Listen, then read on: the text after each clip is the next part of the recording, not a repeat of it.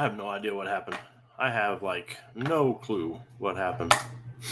I was getting ready to go live and I hit go live and it said, "You're not logged in." I was like, "I've been in here for like an hour."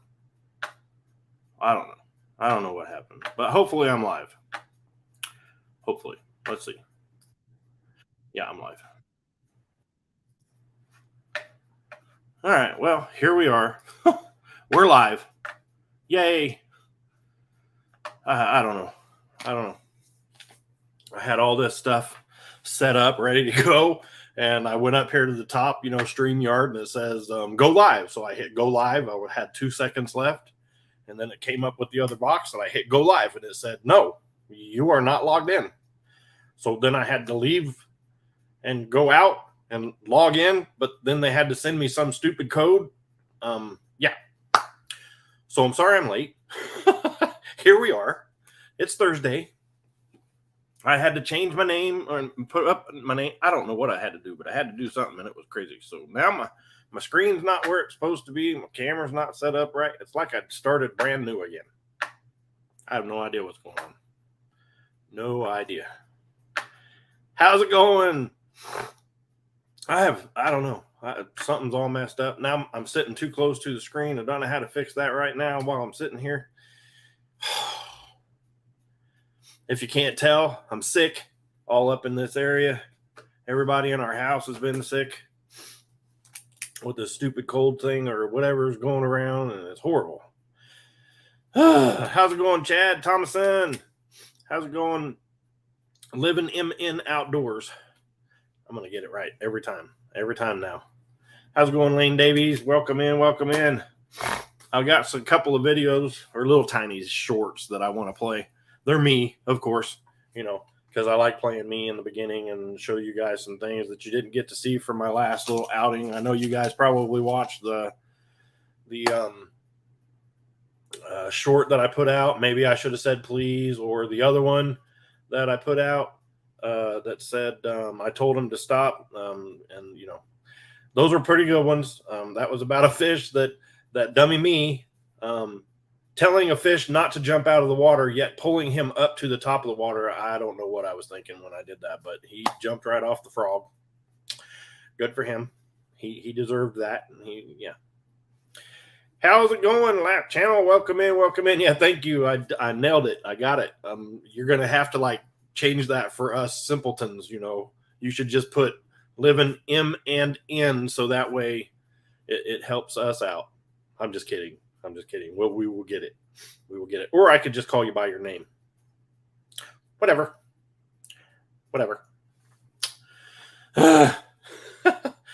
Anyway. Back to lifting. All right, we'll go lift. Evan's Family Adventures. Welcome in. I'm glad everybody's stopping in to say hello. That's how they get big. I know. They bite it and then they jump off, so you don't have to bother them anymore. I don't know. Oh, I will call you Daniel then. And that way I don't have to go through the whole you should change this or that. It's your name. It's been your name forever, and you wear it well. So I will just stick with Daniel. Daniel, and then I don't have to mess it up. Anyway, I'm going to fight through this. If you see snot coming out and, streaming down my face and I don't catch it, just let me know. I know that's gross. I'm sorry, but it is draining from up. I think my brain's leaking out of my face for some reason. I don't know. I am doing good. Scott, how are you? Welcome in, Texas Walmack. If you guys don't know, go over and check out Texas Walmack. He's got a lot of new shorts out, and they're pictures of his fish, but it's worth watching because you see what this man does at night. He did do a funny on Fish Brain the other day where he went in and said, "Hey, here's some daylight pictures. I do get out during the day." So go over to Fish Brain, check him out. He's got a bunch of good fish that he catches at night. And if you ever want to know about night bass fishing, talk to him. PM him over at Fish Brain or on here. He's got his own little YouTube channel here too, so you can check him out on both places. But go over there, find out about him, message him if you want to know about night fishing. He will let you know how to do it, when to do it, what's the best thing to do, to use to do it, and where in your area too. So, but he is, I'm going to say, he is the master of the nighttime bass fishing. So there, I said it. You're the master. You're the master. I got nothing on that nighttime fishing. I can go out there and catch a few bass, but I have, you know me, I'm always looking around. The Minnesota walleye opener. No, I wish.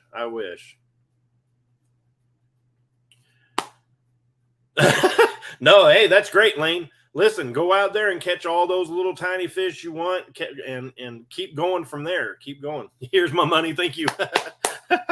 Thank you. Yeah, that's right. I'm promoting you, buddy. I'm promoting you. If you didn't see, I got my Fishing with Mo Dog shirt on. I know it's a little bright. I apologize. My black one's dirty, and I want to be clean for y'all. I don't know why this messed up, but once this is all done and over, then I'll go back and fix the camera so I'm not sitting so close to it. I have no idea what I did. I don't know. If you guys are in here late and you didn't see what happened, at 6:30, I went to go live, and it just cut me off. It said, you're not logged in. I don't know how you're going to go live, but there was just a black screen. I don't know what the heck went on, but it said you weren't logged in, so I had to go back through, and it took me like 3 minutes to get back in here. So, hey, Sleeper Barbecue, welcome in.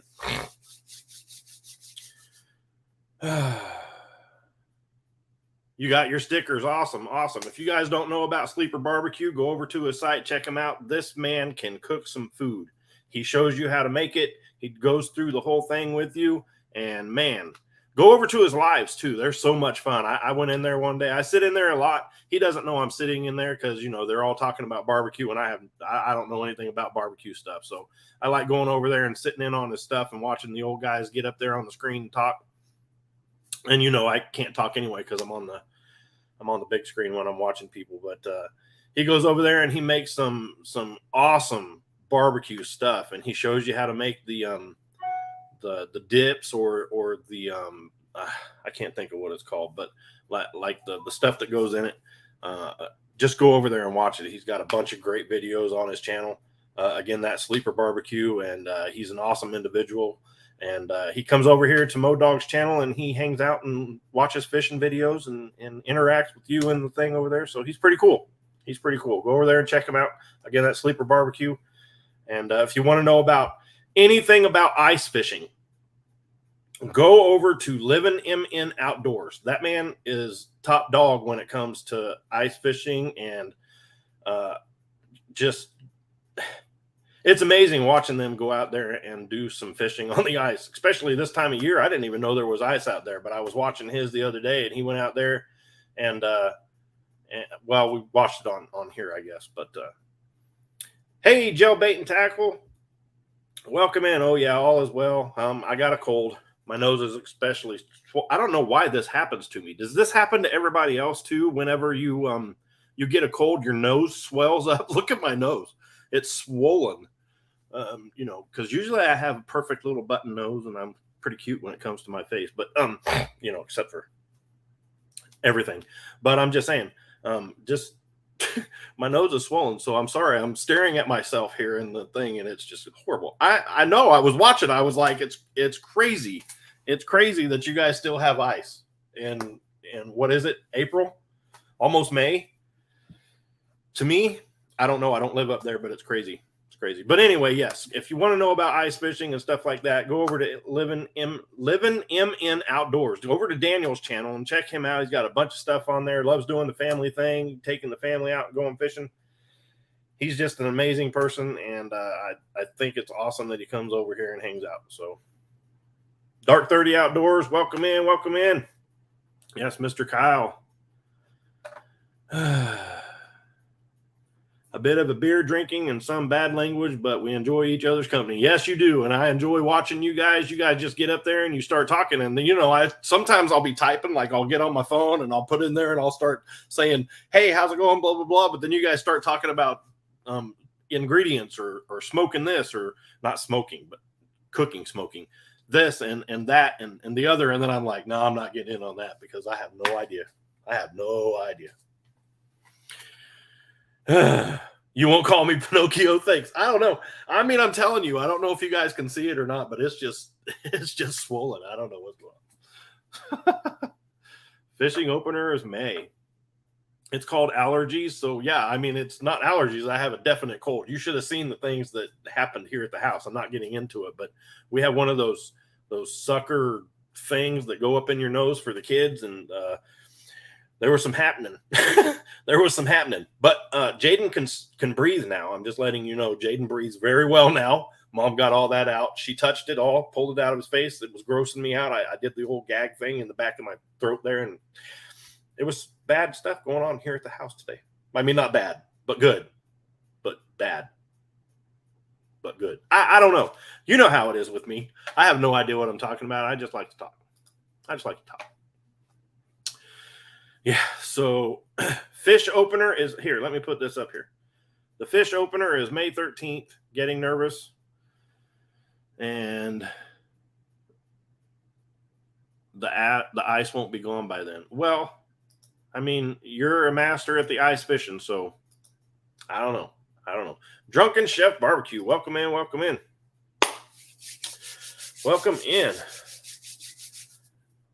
Thank you. I appreciate the support. Thank you, guys. Hey, if you didn't notice, I hit 100,000 views. I don't know how that happened or where all those people are sleeping at, but there's 100,000 people out there sleeping because they watched my videos. I bore a lot of people, but thank you for all that. I appreciate you guys coming in and doing that. And I hit 600 subscribers, which is awesome. I like to brag about myself. Never. But, it happens. Channel's growing. I'm doing a lot of different things. I got some remote control car stuff out there. If you're into that, I only got like 2 videos. The kids, I got the Mo pups out there. They like to do a lot of stuff with dad. And I fixed the power wheels. I don't know if you guys have watched all the videos on my channel, but sometimes they're pretty good.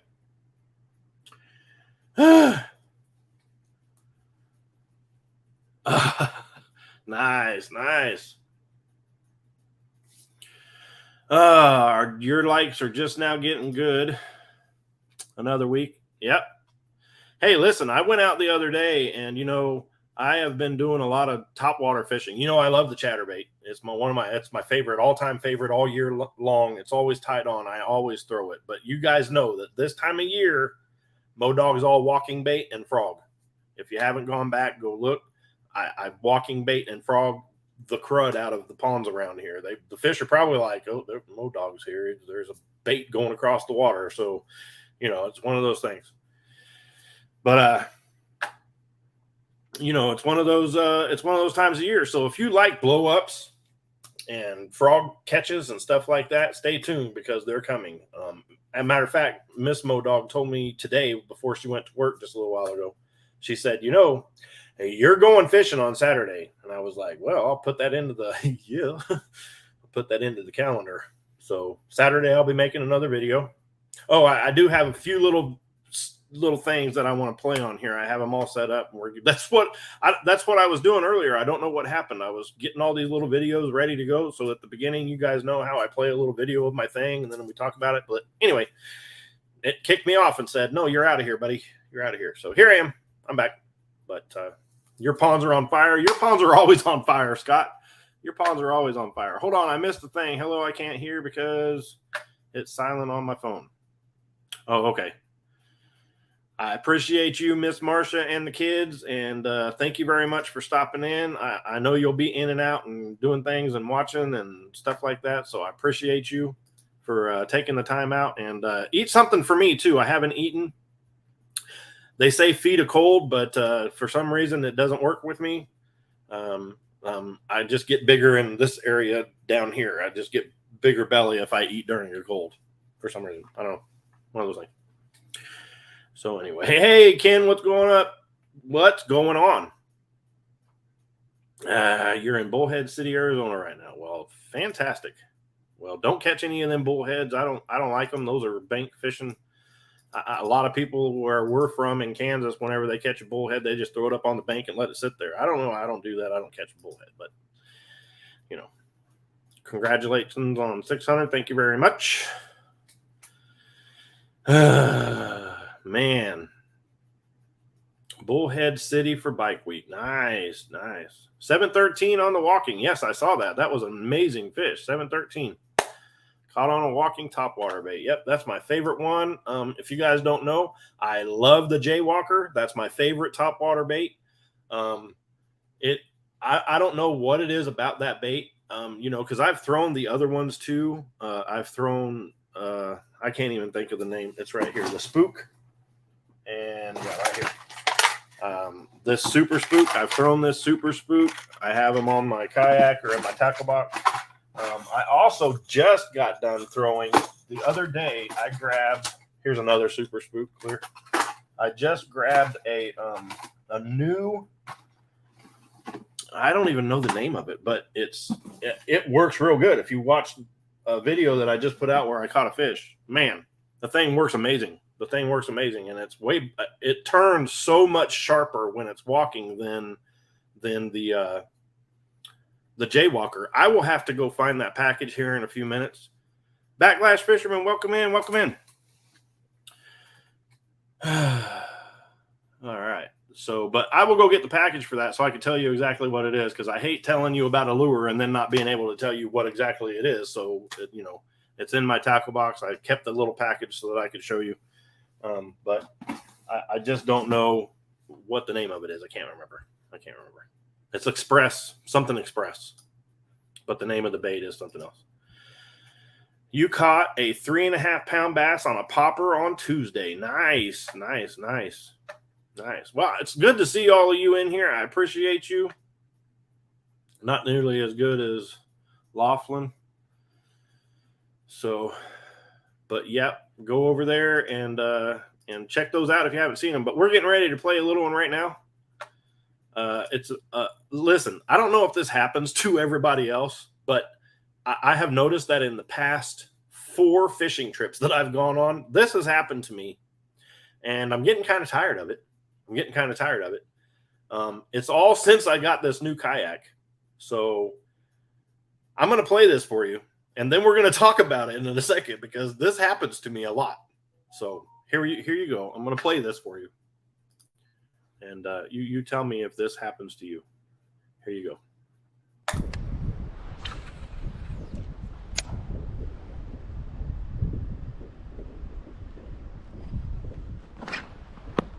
Oh, there's a good one. Nailed that chatterbait.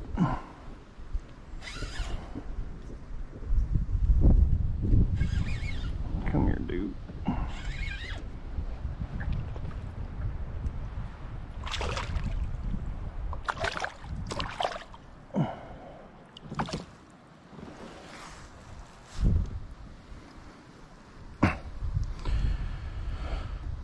This is what I mean, man. There is nowhere to set this pole. Ow. Boom.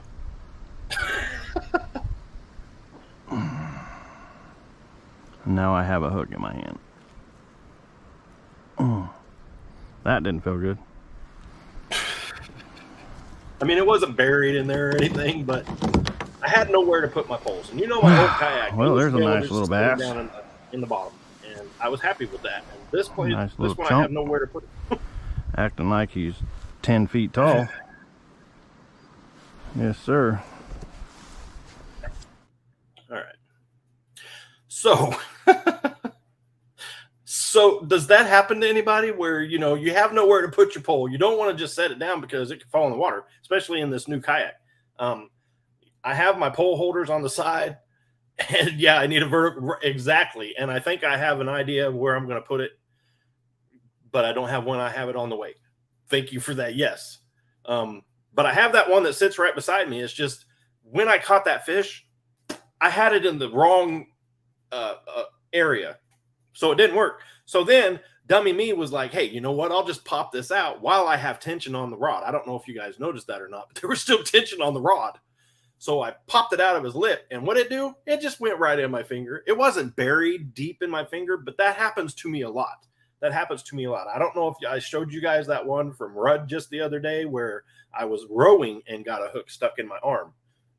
I'm trying to show you guys, but it's because I'm so close to this now because it zoomed in on me. I don't know what to do. I don't know. But yeah. But I don't know if that happens to everybody or not, or if it's just me because I'm silly. But yeah, I caught like I think 12 that day, but I caught more than that. But like that one that got away, there was multiples in there. It's like a 5-hour video that I have to edit down, and I've just been taking little pieces out of it and putting them up and this and that. So I also have you'll send me some pictures. Okay. Oh, I'm from Oklahoma, by the way. I didn't put that in there. I know you asked that, Daniel, about where everybody is in here. I'm from Oklahoma. Believe it or not, a lot of people call it a flyover state. I love this place. It has tons and tons of water around me. I'm next to Fort Sill, Oklahoma, and it's amazing around here. And I was thinking the other day, because Crystal wants to end up going to Washington and doing the Washington, the West Coast thing, because I said I wanted to retire there because I love it. It's a beautiful place. But I just can't catch the bass there that I can catch here. And, so I don't know if I want to do that or not. I don't know. I kind of like it here. Kind of do. Texas is another place that we talked about maybe moving to. I don't know. We have this house, and I don't know if I want to move out of the house. It's a nice house. It's big house. But it's just not. When I bought a house, we had to get out of the other place, so we just bought the house, this one. But I wanted land, and I wanted a pond, and I wanted this and that. And, just like everybody else, they want this and that. But Aaron Dizzle will come in, but or Ern Dizzle. So steelhead and trout. I know. I fished for them while I was there in the Army, but I didn't fish for them. I'm a bass fisherman, and that stuff just didn't appease me. So, but anyway, I didn't know if anybody else had that problem when you're out in the kayak or the boat and you go to let go of a fish and it gets in your hand. You guys know that I have that one video out where the fish reached down to grab it and he shook and the hook came through his mouth and went into my hand and I was stuck with a fish on my hand. That was a while back. Yeah. So I'm kind of thinking that it's probably just me because I end up getting hooks stuck in me all the time. But anyway, I just figured I'd play that for you. Have a little fun. You guys want to see a frog bite? Let me show you this frog bite. Let me show you this. I know. Mo Dog's crazy and he wants to just show all about himself all the time. Here you go. Here's a frogfish.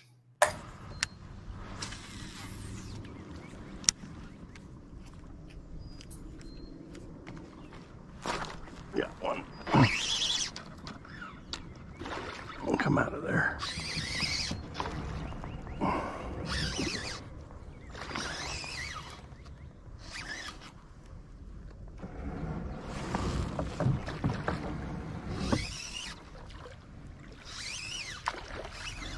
Stay down.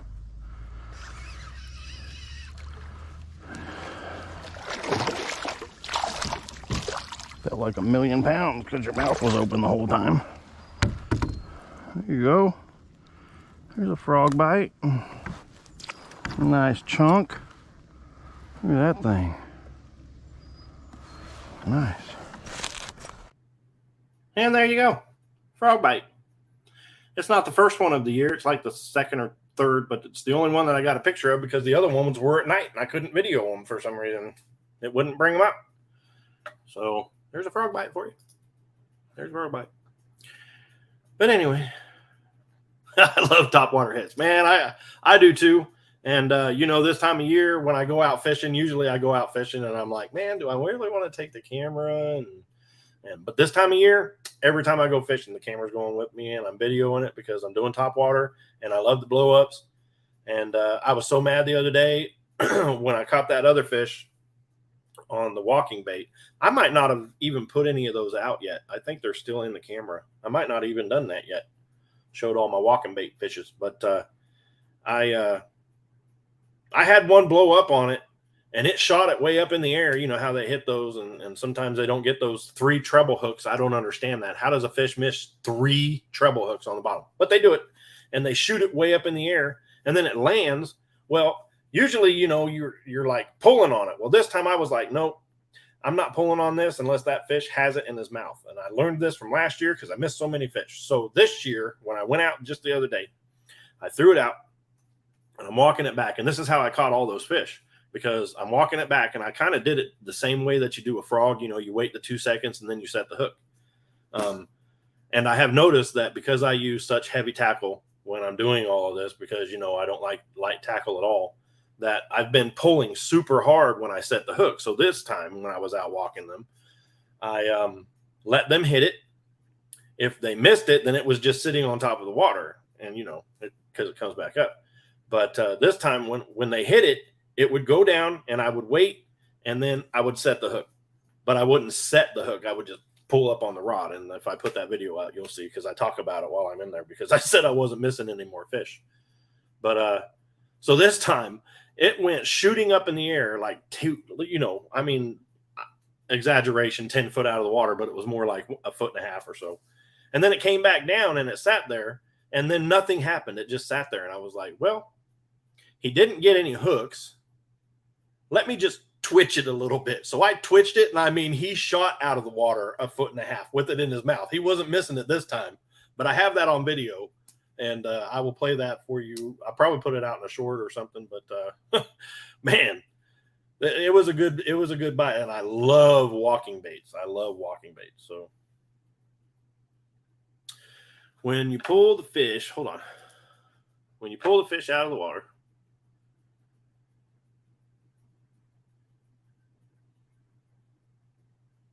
yeah, right. That's a good idea.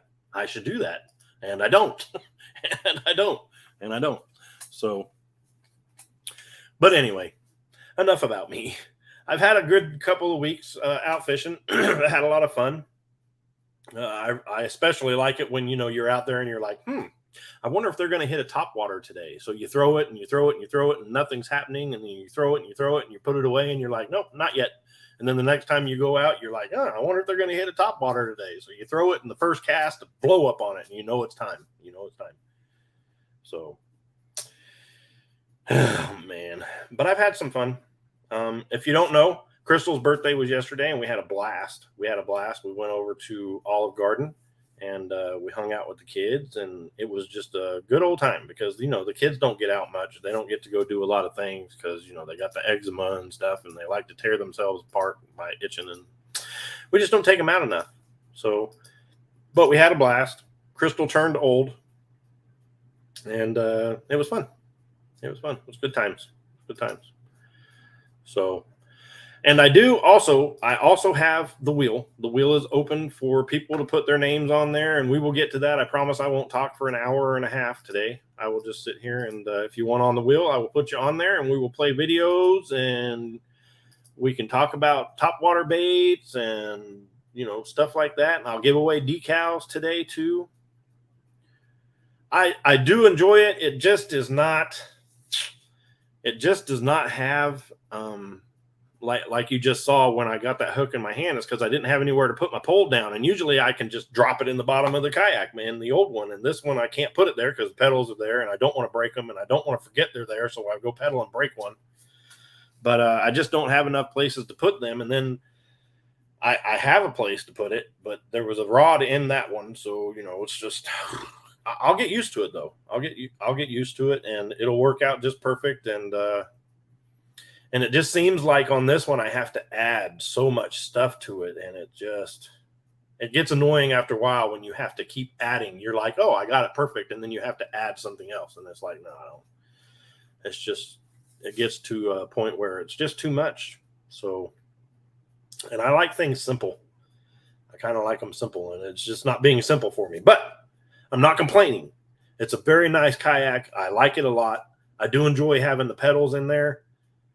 I just wish there was a way to have more room to put stuff. And that's just me complaining because I'm like, you know, I don't want to have to reach around behind me, I guess, to put stuff on there. Yak Attack side pole holders on both sides. Yeah, I don't know. I'll have to look into that, but I do like the fact that I can put them on the back onto the crate. It's just, I don't know. There's a lot of stuff that I need to do to it that I just haven't done yet. And I also find out that when my poles are sticking up behind me, I end up whacking them with when I'm going to cast because I'm not used to them being behind me. So I keep forgetting they're there. But yeah, so I do like it. It's a great kayak. It really does well in the wind. So if you don't have a pedal kayak and you know what I'm talking about when you're trying to use your paddle and you're rowing while the wind's blowing at you at 25 mile an hour, you tend to paddle, but you got to paddle real fast or else you're definitely not going anywhere. But with this thing, it just is amazing. It was amazing. But I had a bunch of fun the other day. Oh, I know why I didn't put a video out of my walking bait, because I didn't have the camera. Yeah, I didn't take it. That was one of those times where I said, you know what, I just don't want to go, and I just don't want to. Listen, I thought, no, it's in the garage. Remember I talked about it last week that I'm keeping my other kayak. A lot of people want my other kayak, but I'm keeping it. I'm going to set it up exactly the same way that that I had it before. I'm going to set it up exactly the same way that the Coosa is, the Jackson. I'm going to put everything on there the way it's supposed to be. And that way, if I go to a pond, I'm going to have both of them. If I go to a pond where I can't put the one with the rudder on it and the pedals, then I'm going to use the other one. Cause there's some places around here. I do a lot of pond fishing. And I do a lot of places where it's just shallow at the bank. Like there's maybe an inch of water that you can put in for like 20 feet. And I don't feel like getting my feet wet. So I still have my old one. I'm going to set it up. It's going to go fishing with me. It's going to go out. I'm trying to get a trailer and stuff like that. But, but now if I have a place that I want to go fishing and I just sit here and I'm like, oh, okay, I'm going to go here today, then I will just take out the shadow caster and deal with it, not having pedals. But I do love the pedals. I do love the pedals. It's so much fun. So much fun. So much easier to get around when you have a pedal kayak too. And you just can't go into the shallower places because of what the pedals stick down underneath. But with the shadow caster, the 12.6 or 12.3 shadow caster, I can get in anywhere. I can go in a foot of water and no grass underneath me and do stuff like that. So, but I don't know. It's a learning experience, but it's fun. It's fun. I do like my kayak. I do. So old and fluffy, but I leaned over the other day and I felt like I was going to fall out of this kayak because the handle went under the water and the other side that I was leaning past, it just kept going up. And I was like, wow, this thing is definitely going to flip over, but it just sat right there just like that and didn't go anywhere. Side of the kayak, it was like this. And I leaned over and it was like this, and then it just went up and sat just like that. No water was coming in or anything like that. So it was fine. So yeah, I hope you catch some beasts tonight too. And I definitely want to figure out how you do it because I know there's giant bass in these places that I go and they just do not come out at night. I don't understand. And that's the best time to catch giant bass. And I just can't find them. So,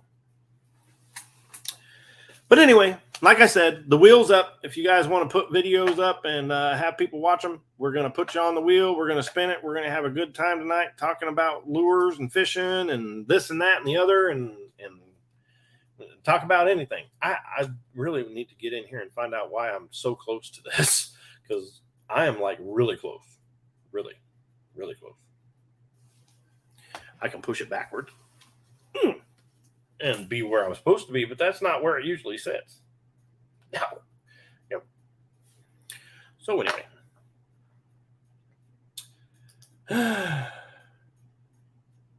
Man, I'm telling you, we need to get together so I can just learn how to do this and figure it out because I just don't understand what's going on. I throw it out there and I'm dragging it back and I'm stopping and I'm hopping and then sometimes I'll reel fast and I'll pop it up and they just don't hit it. They just don't hit it. Then I'll just get irritated after like an hour of doing that, no bites, and I'll throw the chatterbait in and I'll get a bite. So I don't know. I don't know what's going on with these fish. I don't know. It's crazy. It's a Texas thing. It must be that Texas fish like that kind of thing better than Oklahoma fish. I don't know. But anyway, any hoot and Annie. Any hoot nanny. Thursday live. Let's see. Got 13 people that came in. Did a thumbs up. I appreciate you. I know how to do it. It just won't work. It's just not working for me. It's just not working for me. But anyway, anywho. Oh, I found that thumbtack that I was missing. I didn't put it in my foot. I was lucky. I found it. But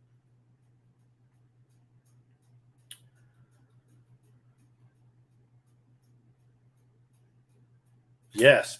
Are you so Lane, do you have just a top water? Is it like the top water Pop R, or is it the Hula Popper, or is it I don't remember. I looked at your pictures, but I can't remember what it was. I think it was the Hula Popper that you're throwing, or maybe it is the Pop R. But you should probably get you a small, I really got to go get this package because this would probably be perfect for you for a top water walking bait. It's just a bait that sits on top of the water. I don't know if you've ever thrown a spook before, or not a spook, a super spook. This bait right here, it's just, that's it. That's all it does. That's all it looks like. And you tie on, and then you throw it out, and you just pop your reel, and it'll just walk back and forth in the water. And I think that's what you need. You would probably, if they're hitting that Pop R, you would kill them with this thing. But they make them small. They make them, that one there is a 4-inch. So, and then they make them in the little compact ones too, and they work really good. So you would probably do really well with a walking bait. And they make a bunch of different ones. You don't have to get a super spook. They're pretty expensive because they're top of the line. You know, this is what everybody tries to throw. And like, yeah, the jointed jitterbug, those are pretty good too. And I just don't have another one in here. I don't want to have to go out there. But I will go get the package and show you. I'm not going to bring the lure in because it's in the truck. But it's just a walking bait, and they make them all, they make all kinds of different ones, and they make one knockers, and they make some that are silent, and they're pretty good too. But like I'm saying, if you're hitting them and killing them with that popper, then get yourself a walking bait and see how you like it. And I'm not saying poppers are bad. Poppers will catch big fish, but most of the time poppers will catch the little ones, that are faster than the big ones and stuff like that. But a walking bait, man, yeah. Oh, you repainted it. Oh, okay. Yeah, go try it out. There you go. You still have 45 minutes of daylight. Go get some. Go get some bass and come back and tell us how it worked out for you. That's awesome. But yeah, Scott, Texas Walmack. I have been throwing. I put the Hog Walla on so that it had more appendages blowing around in the water. I've got a bunch of Rage Bugs now, and the Rage Craw. And the Rage Craw Junior, that's the smaller one. I don't know what, they don't call it that. And I also have these baits that Scott Zimmerman had given me, and they're almost like the Rage Bug, but I just can't. They just will not pick that bait up for some reason off the bottom. Maybe it's my line, because you guys know I throw braided line. I love throwing braided line. I don't use a leader. And I should. I'm going to try to... a bass can swim up to 20 miles per hour. Yeah, I know. But I think I'm going to have to take this and put a leader on there. So I have not got any Rage swimmers. Nope. I have not got any of those. But I think I'm going to have to put a leader of not monofilament, fluorocarbon on there, and just deal with it that way and see if I like that. But they're just not picking it up with the braid on it for some reason. I think it's the braid. And it's clear water. So, and I use black braid, but at night they shouldn't notice that. I don't know. I'm not a bass. I'm not a bass. But hey, let me. I don't have anything to watch. I don't know. I don't have anything that I can put on here. You'll just have to wait. I'm gonna go and find this lure package. Let's see. Maybe I can play one of my videos. Maybe.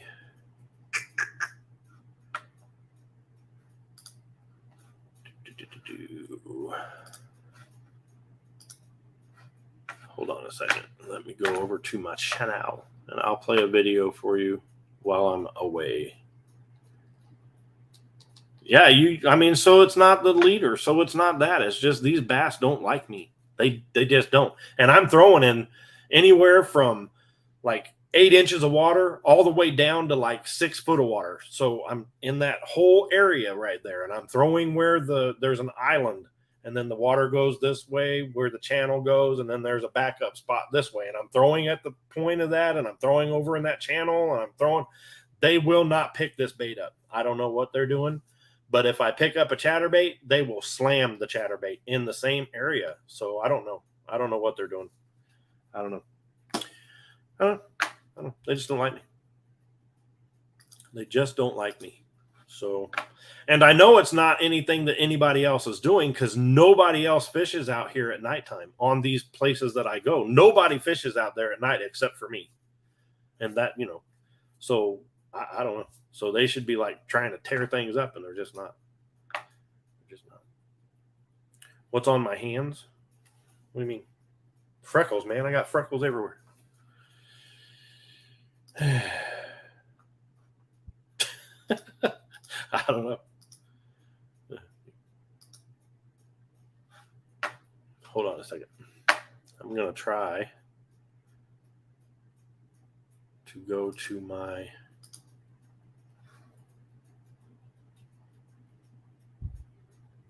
No, I don't want to share that. What do you do? Cancel. Dang it. So anyway, I don't want to keep boring people with me talking about stuff that I'm doing. So if you guys got something you want to talk about, if you want to come up on panel, let me know. I'll put the little thing over on the side. If you got a video, we'll put it on the wheel or we'll just play it. It's totally up to you guys how this goes. I'm just here to help you out. Hopefully get more people over to your channels and get some watch time for you guys. Just let me know what y'all want to do. We can sit here and chit chat all day. It don't matter to me. MoDog don't ever shut up. So I can talk about race cars. I can talk about, well, not motorcycles. I had a bad experience on motorcycles back in the day. So I don't, I like talking about them. I love riding them. I haven't owned one in quite a while, but I can talk about the family, the kids, cold. I got a cold, anything, the army, shooting in the army, stuff like that. What do you want to talk about? We can talk about anything. This don't only have to be about fishing. Kinda, kinda.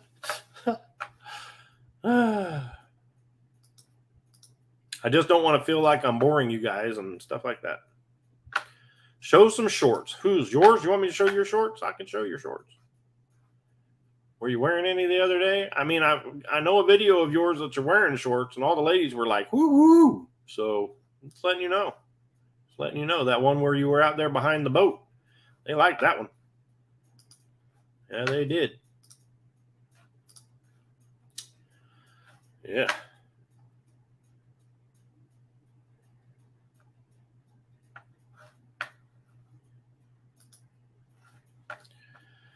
Oh, man. Let's see.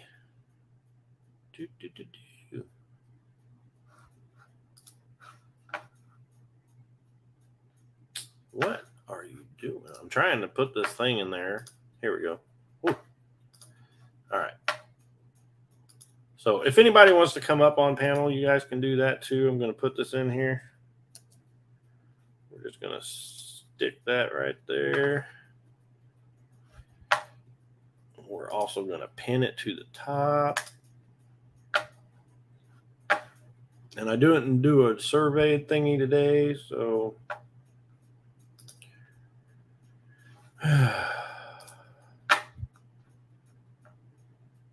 you're going fishing, but you will still listen. Yeah, go fishing. I did not watch Heavy Hitters on MLF today. Nope, I did not. I'm kind of boycotting fishing on the TV because I like to go back and watch them in sequence after they record them. So after they record the season, then you can go back at the end of the season. Of course, you already know who won and this and that, and you can watch. You know how it goes. But I like to go back and watch them because then I can watch it and then I can like stop that one and go to the next one and watch how that, because it plays better. It plays, and I don't have to wait a week to see what's going on the next time. So, but believe it or not, the MLF, when they do their whole I can't think of the name of the thing that they do, but it's after the Bass Elite gets done doing their thing, and then it's during the wintertime when they go out and they do theirs.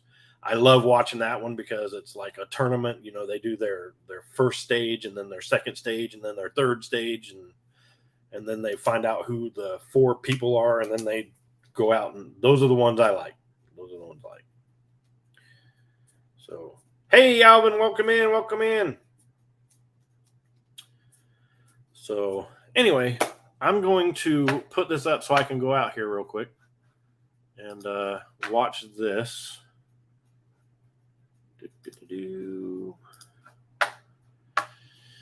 Hold on just one second. We're going to go over to my channel. I know you guys love watching Modog stuff. Come on Modog's Live just to go watch Modog stuff. I know you.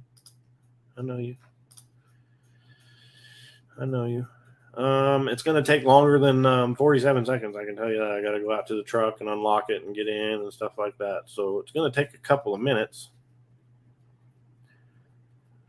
So here's this 710, or you guys look, I got this other one down here. The 5.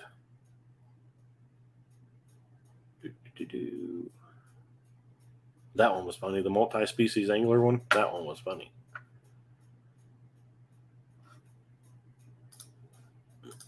Yeah, that one was funny. Bald Pond Biggins. Look, remember those? Those are my full trip series. Got those too. I still got to put a couple more of those out, so you guys should be watching for those. Giant bass. Man, where is that 5-pounder at?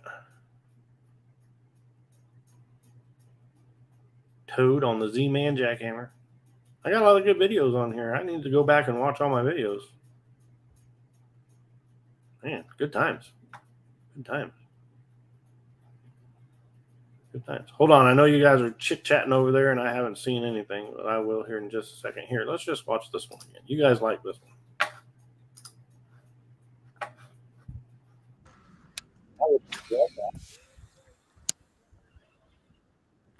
There's one. Hold on.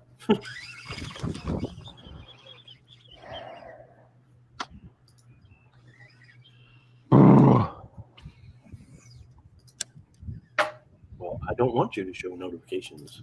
YouTube.com. All right. I will be right back. Oh, missed that one.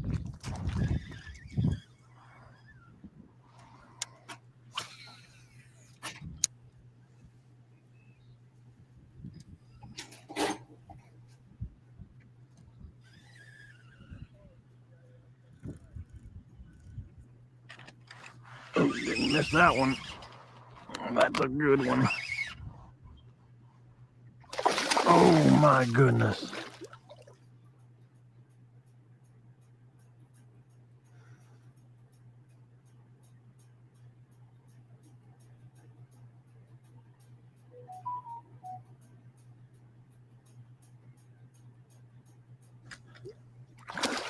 Please stay down.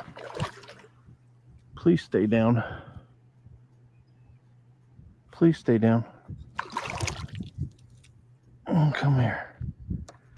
That is a good one.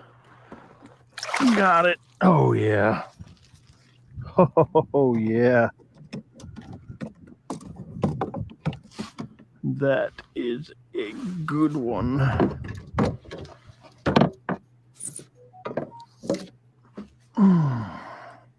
Yes, sir.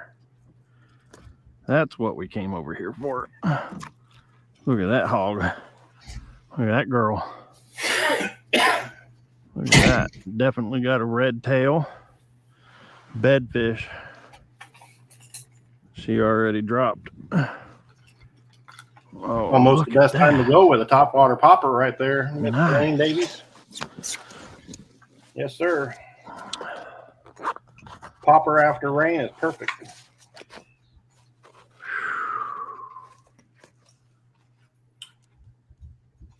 So, Shoddy's cameraman right here.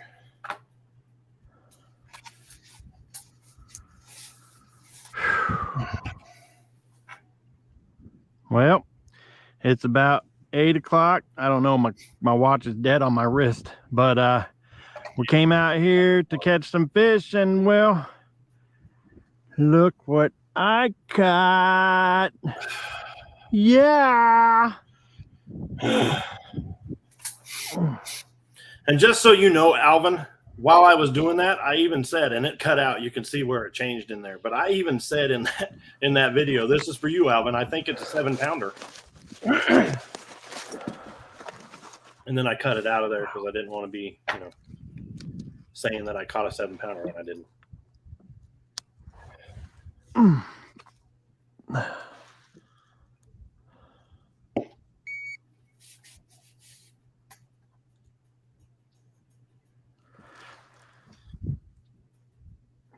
5-1.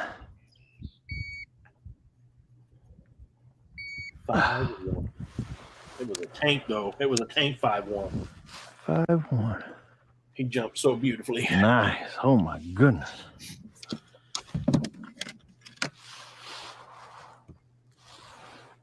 All right, let's stop that. We don't need to watch that. I don't know if you guys noticed this or not, but when I'm like trying to watch my videos, it just like, yeah, nobody's interested in that. I like watching your guys' stuff.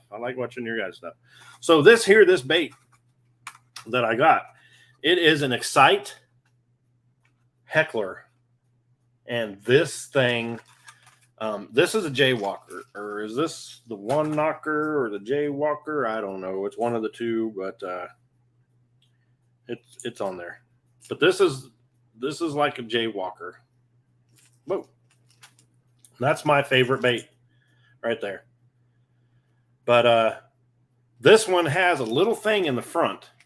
This Heckler has a little thing in the front, and I mean, it makes a little splash, so it's kind of like a popper. So, but you also get that effect of a popper, but it's still, I mean, and then these things, they're called a Jaywalker because they turn almost all the way around when you're walking them. But this Heckler, and I wish I could get it off the pole and show you, but I don't want to cut my line. I'm lazy. I don't want to do that. But this Heckler, I'm telling you, this thing, I can make it turn all the way backwards. If I'm not careful, it will turn all the way around and get hung up on the line. But these things are amazing. If you guys don't throw topwater walkers, go try these out. These things are so much fun, and they're so easy to use. You just twitch your line just a little bit, twitch it, and it'll just go back and forth. And they're amazing. They're amazing. The only bad thing about them is these 3 little hooks that are on here. These 3 little hooks. When you go to pull your fish back out of the water, and this is in them, it might get in you. I'm just letting you know. But I changed the hooks on these too. These are actually Gamakatsu hooks. They used to have the old, really thin, not very strong wire hooks on them. But I changed these hooks out to Gamakatsu hooks. They're super sharp, and they don't bend. They don't bend out like the other ones do. I say that, and there's a bent hook right there. This one's bent. This one right here. But that's a Jaywalker, or one knocker. I think they're almost the same exact thing, but those are my favorite baits. Those.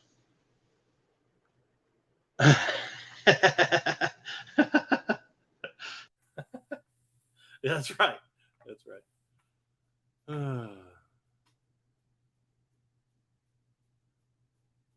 What?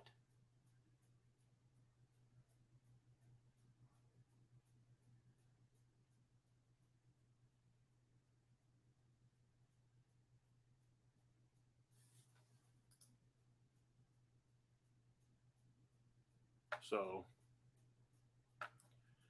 I don't know what that was. That was crazy.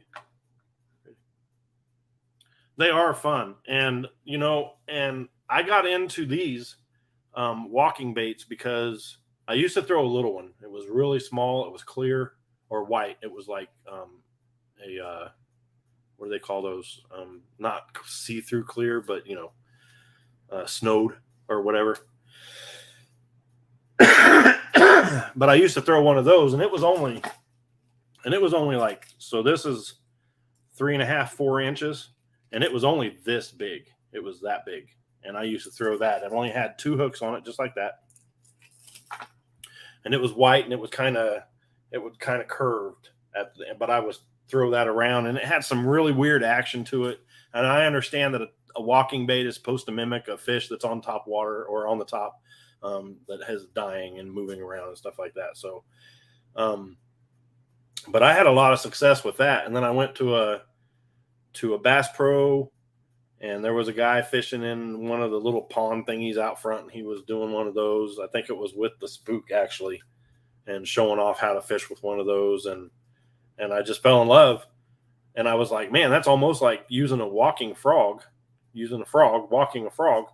So why can't I use one of those? So now I have a frog on, and I have one of those on. And if you guys know, there's times when you can throw your hollow body frog out there, and you walk it the same way in a splash. You let it set, and you can throw it and splash and let it set.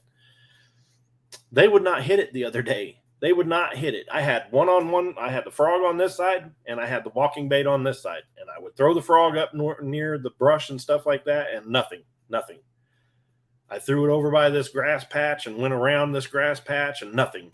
And I'm just throwing the frog everywhere. So I picked up the walking bait, and I threw it in the same exact spot that I just threw that, and a bass hit it when it hit the top. So when it hit the water. So I put the frog down.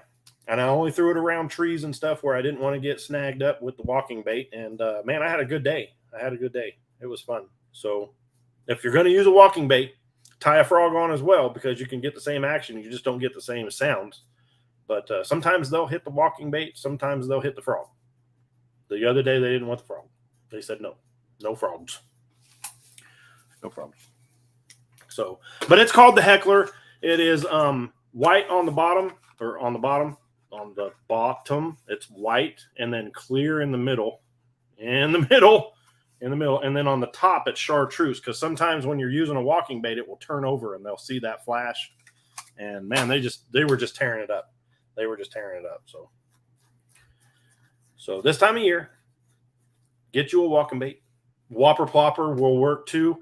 I kind of use my whopper plopper different. A lot of people will throw their whopper plopper out, and they'll just reel it in. And every now and again they'll stop, and they'll reel it in, and every now and again they'll stop. Well, I kind of use mine like a popper. I will throw it out, and I will start to reel, so it will get a plop going, and then I will stop it, and then I will just pop it like 3 times, because it'll make that blade go. And man, I'm telling you, they'll follow that while you're reeling, and then when you stop it, they'll sit there and they'll be like, oh. But then if you reel right away and do it again, you might take it out of their strike. But if you just sit there and you pop that thing, man, they blow up on those whopper ploppers like that. Crazy. But I love this time of year for topwater lures, and of course I'm always going to throw the jackhammer or some variation of the chatterbait. But I just can't get this. And last year I was so into it, and I did a lot of jig fishing, and I caught a bunch of fish on jigs, and I was like excited, and I was like, yes, They do not want anything to do with the jig in here this year or anything pulled across the bottom. They don't want it. They don't want it. And last year I was also tearing them up about this time of year on the wacky rig. And I can't catch them on the wacky rig either. I don't know what's going on. It's just the weather or something. I don't know. I don't get it. But that's okay. That's okay. How's it going, Matt? Welcome in. I see you down there. Appreciate you coming in and hanging out. Like I said, if you got videos you want to play, tell me. We'll put you on the wheel. If we don't get a whole bunch of people, we'll just play your videos. Doesn't matter to me. It seems like it's been dropping off here in the past couple of weeks, which is that's fine. Everybody has their things to do, and it's not like people are sitting inside watching MoDog. They're out doing things. Like Lane just went fishing, and Texas Womack's getting ready to go fishing, so it's not a big deal. I'm still going to be on here talking, whether there's somebody here or not, because I did find out that after I do my lives, like in 3 days, 25 people actually sit and watch every bit of my lives after they play or after my Thursday. So on Saturday or Sunday, people are actually sitting there watching me do this. Weird.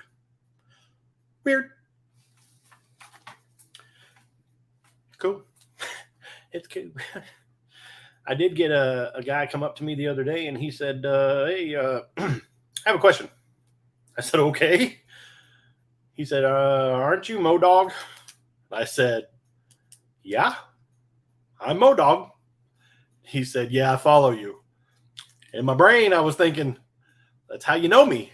You have to follow me or else you wouldn't know me. Just saying. I didn't say that out loud because I didn't want to, seem disrespectful, but I'm just sitting there going, yeah, of course you follow me or else you wouldn't know. No, I'm not. I'm getting there. Hold on a second. I'm getting there. It made me feel real good. So I'm just standing there. I'm looking at stuff, getting ready. And he said, I have another question. I said, okay. He said, can I have a picture? I was like, well, I don't have any pictures. I have decals. I can go out to the truck and get you a decal. He said, no, I want a picture with you. I was like, buddy, I'm not that famous. I'm not special. I'm just a guy that likes to do videos and go fishing. And he goes, but I really want a picture with you. So I got to get a picture with somebody who really thought I was cool. That's the only person out there. But hey, I got to get the picture with them. So I don't know who was more excited, him getting a picture with me or me having somebody ask me for my picture. Probably me.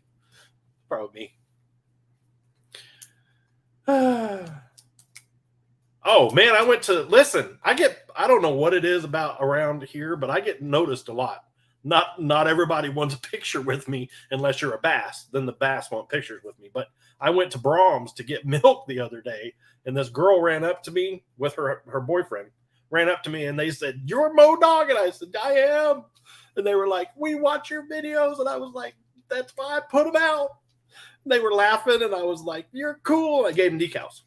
They didn't want a picture. But it was funny. She came up, she goes, "You're MoDog," and I was like, "Yes, that's me."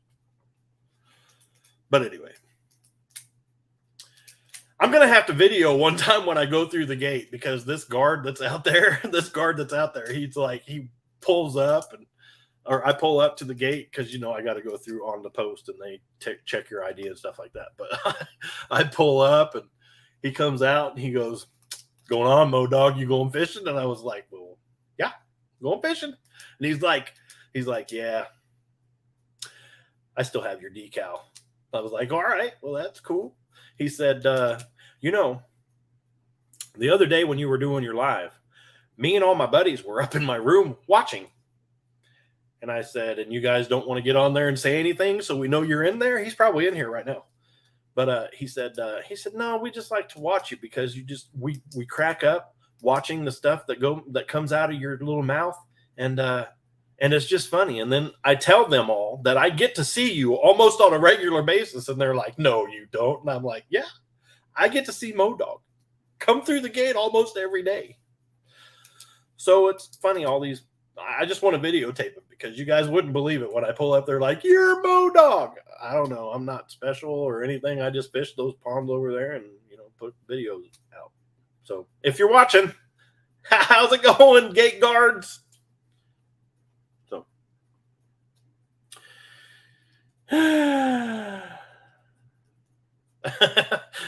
that's funny that they call you out, though.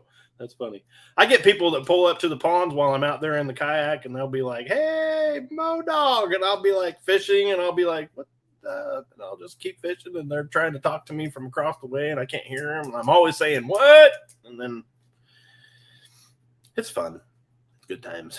It's good times. But it is nice to have people recognize you when you're out there doing stuff, and it makes you feel really good that somebody's actually watching your stuff or knows that you're doing it and stuff like that. And usually I don't even wear my own shirts when I go fishing because I don't have a lot of good fishing shirts when I go.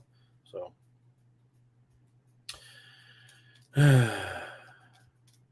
typos. Yeah.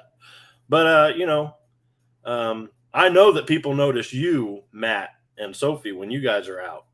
And a lot of people notice Sunfish King when he's out and stuff like that. But for it to happen to me, I understand the gate guards. They get to see me all the time because I come through there all the time when I go fishing. But to have somebody come up to me in a store and go, hey, you're Modog. Yes, I am. So no one notices you. Oh, man, no way. People got to notice you when you go places. People got to notice you. Got to notice you. But anyway, yes, it is humbling. It's fun, and I enjoy it. And Crystal gets tired of it because whenever I come home and somebody has noticed me, I got a giant grin on my face, and she's like, what's going on? And I'm like, someone noticed me today. Yeah. And she's like, oh, you're so famous. So, I mean, it's just awesome. Never has happened. Wow. I mean, it's fun. It's fun. It's fun. But I mean, to have somebody come up and I'm nobody. I got 600 followers. I'm not like, a Tactical Bassin or what's the other ones? Ben Milliken or I'm not anybody like them or even Sunfish King. I can imagine somebody going up to Sunfish King and saying, hey, I want one of your autographs. Well, he gives them out anyway on his decals. But I'm just saying, for somebody to come up and go, hey, it was kind of neat. So, and I guess we do put ourselves out there when we make our videos or go live like this and put it out to the world, and everybody can see you from Timbuktu to over there. So, you never know who you're going to run into. And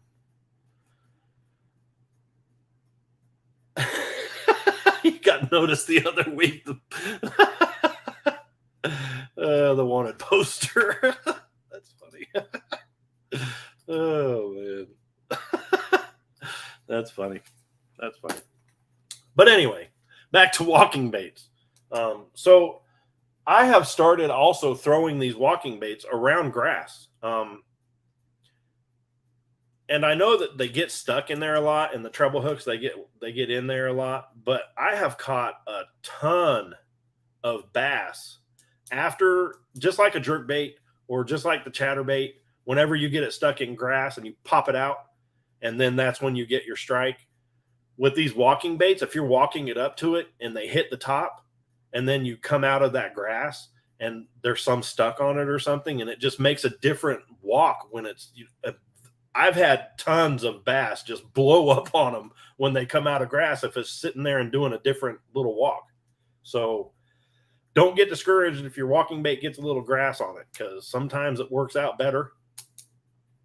Sometimes it works out worse, but I mean, sometimes it won't walk at all.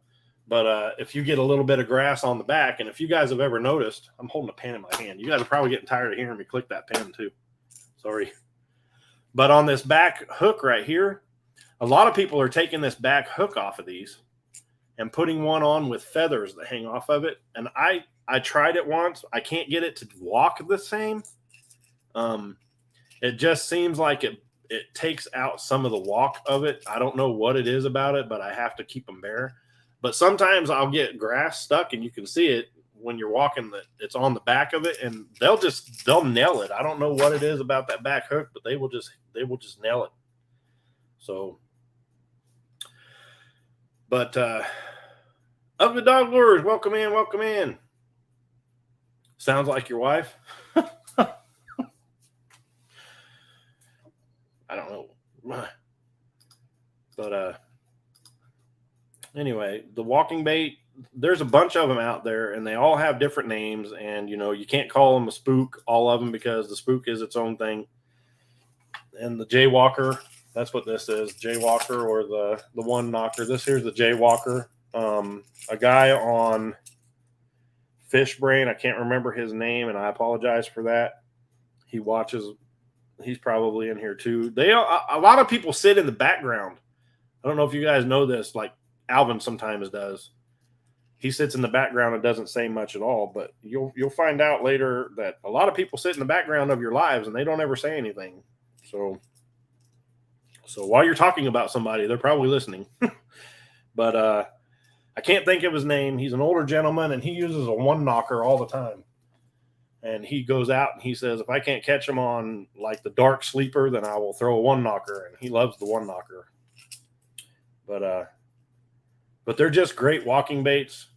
This is I think it's the Berkley. I don't want to say the names wrong, but this is a Jaywalker.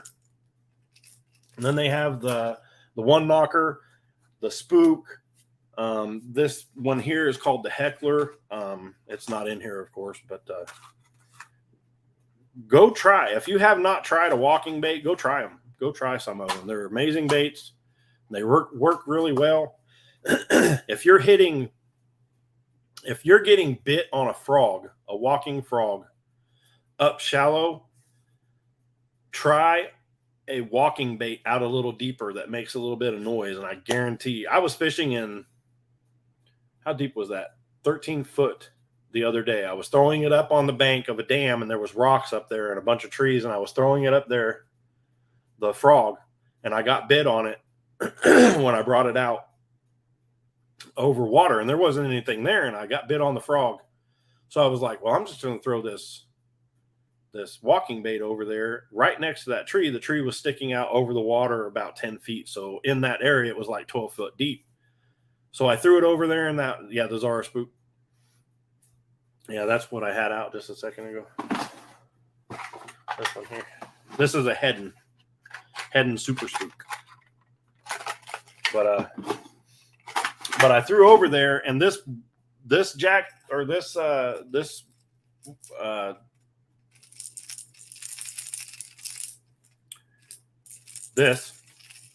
because it rattles,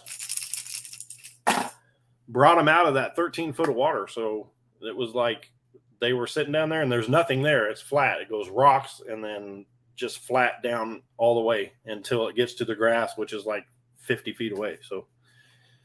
But it nailed it. So these things will bring bass up over deep water too. Just the way they sound. And if you get them in there the right time, because if they're out there feeding and you can actively see them feeding and they're making a bunch of wakes and stuff over there where the bait fish are, and then you throw this over there after they stop and you bring it across there, it looks like a dead fish, like they hit one and it's up on top now, and they will blow up in that area. So, but again, if you haven't ever used a walking bait, go out, try it. They're a lot of fun to use. You're going to be surprised. You can even catch little bluegills on these, and catfish love them at night.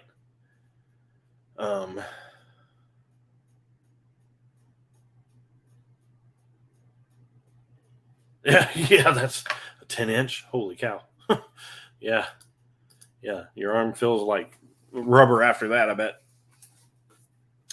But yeah, go try that out. And the Whopper Plopper is another one that is an amazing bait for this time of year because of that action. Also, I mean, you just got to pick and choose on what you're going to throw and when you're going to throw it. So if it's windy out, really, really windy, I will throw a buzz bait because it makes a lot more noise under the water than on top of the water. But if there's a little bit of chop, not so much chop, I will throw a Whopper Plopper in the same areas that I would throw a walking bait or a frog. It's just man, and don't get discouraged when they blow up and miss them either, because sometimes they just don't get those hooks. And I don't understand it, how they don't get these hooks in their mouth. There's 3 of them. I don't know. I look at it and I see danger every time I look at it or move it or try to, just that's dangerous to me. That will be in like, I only have 5 fingers on one hand, but I guarantee I'll have every one of those hooks in something. I don't know how a bass can miss that and shoot it 2 foot in the air. It's crazy. You're making baits this weekend. Awesome. I will be using those crawdaddies for a lot of things. Sammys are good walking baits for lures. There's a lot of them out there, man. There's a lot of, I used to have them. They're all out in the garage. You guys know I went through and took almost all my stuff out of here that, I have a lot of baits still here, but a lot of the stuff that I use went into the garage, so it was easier for me to get to. And a lot of them came out of these little boxes that are here. I still have a full thing right here of 6th Sense stuff sitting right here. And I'm sure there's walking baits in here and off-brand stuff that I am going to use. Yep, going to use because I'm telling you, I picked this Heckler up and I was like, you know what? I'm getting tired of this black one. Getting tired of throwing black all the time. So I just picked this up because it was colorful and put it on there. And I'm telling you, this is an Excite Heckler and it works amazing. You should check this out. You should go get one of these. If you throw a walking bait, go try one of these out. You will love it. There's that action in the front where it has that little cup and it does that little popping action and spits a little water. I don't know if that was it, but it drove them crazy. A large jointed jitterbug. I'm going to have to find out if I can get one of those or find one around here and see if that'll work out, because I really want to try that out.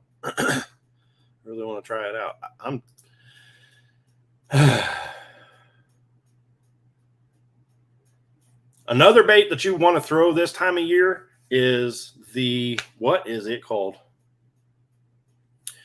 It goes right, a swank is what it is for 6th Sense, a 6th Sense swank. And it goes right underneath the water, just barely like an inch underneath the water, a wake bait. And it just goes, those are perfect for this time of year. So, and if your fish are still bedding, which in some places, a lot of the fish are still bedding, and you bring one of those wake baits over and it stops right on top, and then it starts to go again, those fish think you're trying to attack their nest and they will hit it. So, yeah, wake bait. Thank you. I figured it out, but I appreciate that. Thank you. But those are really good ones too. And I've had a lot of good luck with those. But of course, nowadays, those right around here is when the grass starts to grow in the water, and it just gets caught up in them. And it doesn't matter if it's like, you throw it over a patch where there's grass down there, but one of those grass pieces just automatically grew faster than the rest of them, and it's like 10 inches taller, and you're going to get stuck on it. And yes. But the Whopper Plopper too, they have a bunch of variations of that too. They have the revolver, they have the Chapo, the Whopper Plopper itself, and then they have the what's the double one? They have one that has a blade at the front and one with the blade at the back. They're not made by Berkley, they're made by somebody else. It's just like the Chapo. I can't think of it, but those are great baits. And I'm telling you, when you're using a Whopper Plopper and you're thinking you're just going to throw it out there, because a lot of people say that when you're using a Whopper Plopper or you're using the buzz bait and you get those bubbles, that's what makes the bass do their thing. Yes, on a buzz bait, when you get those bubbles that trail your lure, those are great. Those are great. But on a Whopper Plopper, because it floats, it is river to sea. Thank you. It is a great bait for stopping and just popping it. I'm telling you, just try it out one time when you're using your Whopper Plopper or one of those others. Throw it out there and bring it, stop it, and then just sit there and pop it. and then bring it and stop it and then sit there and let's pop it like 2 or 3 times and see what happens. I guarantee you're going to get a fish to blow up on it while you're just sitting there doing the pop. It's an amazing thing. And you're like, man, I just threw that over there and reeled it in the whole time, threw it back, reeled it in the whole time, threw it back, reeled it in. Someone said something to me. I stopped. I went to move it. It moved. A fish hit it. You're going to be surprised when it happens. You're going to be surprised. Your ugly dog crankbaits. Yes. The golden shiner pattern. Nice, nice, nice. So anyway, what else? What else? I can't get fish to hit on a wacky rig. I can get them to hit on a Texas worm, on a Texas rigged worm. I cannot get them to hit on a Texas rigged jitterbug, or not a jitterbug, any creature bait. I can't get them to hit them. So your black and white hula popper. That's what I'm saying. If you're getting them to hit on a hula popper, or the pop R, go and, because yes, they'll hit that popper as it pops on top of the water. They'll hit that, but tie on a whopper plopper. When you're catching them on the pop R or the hula popper, tie a whopper plopper on and throw that a little farther, bring that in, and it's the same action. But you'll get those other ones that aren't around that popper to follow that whopper plopper better than you will for them listening or hearing or feeling the popper on top. You'll get a whole lot more to follow that bait and then hit it as it does its little jerky thing than you will throwing the popper out there and popping it. In my experience, I'm not an expert. I'm just saying. But the hula popper is one of my favorite to throw. I also fell in love with the I'm talking about lures. I can't even remember what the name of them are. It is a popper that has the blade on the front of it so that, it can be a crankbait. It just goes underneath the water. I can't think of what it's called, but they will nail those things after you're popping it, and then you take off with it and it'll swim down. It's kind of like a bait fish that has been stunned. So it's up there popping and flopping around on top, and then it kind of wakes up and takes off down again. And that they'll hit a lot of times on those too. What is that called? I have it right on the tip of my tongue. I just can't think of it. It starts with an R, I believe, but anyway. Yes, River to Sea makes another one. That's the chopping, the bladed bait. Those are good too. Also, there's this one here. I've never used this, but it's kind of the same concept. It's called a spin walker from 13 Fishing. It has that little blade in the back like a buzz bait. I hear those are pretty good because you hear that underneath the water. And but I haven't used this one. Of course, this came in a tackle or a mystery tackle box, but this is also supposed to be another good one. Here's another type of walking bait right here. It's called the Pencil by Yo-Zuri. But this is what I was talking about. It's a little bit smaller than the Jaywalker. So,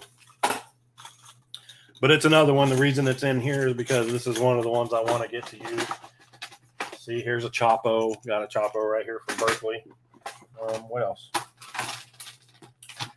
Just got a lot of bait sitting here, just waiting to be thrown.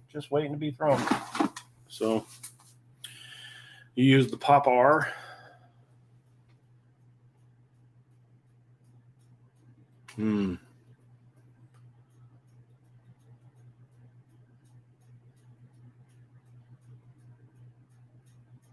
Really? Nice. Berkley Spin Bomb.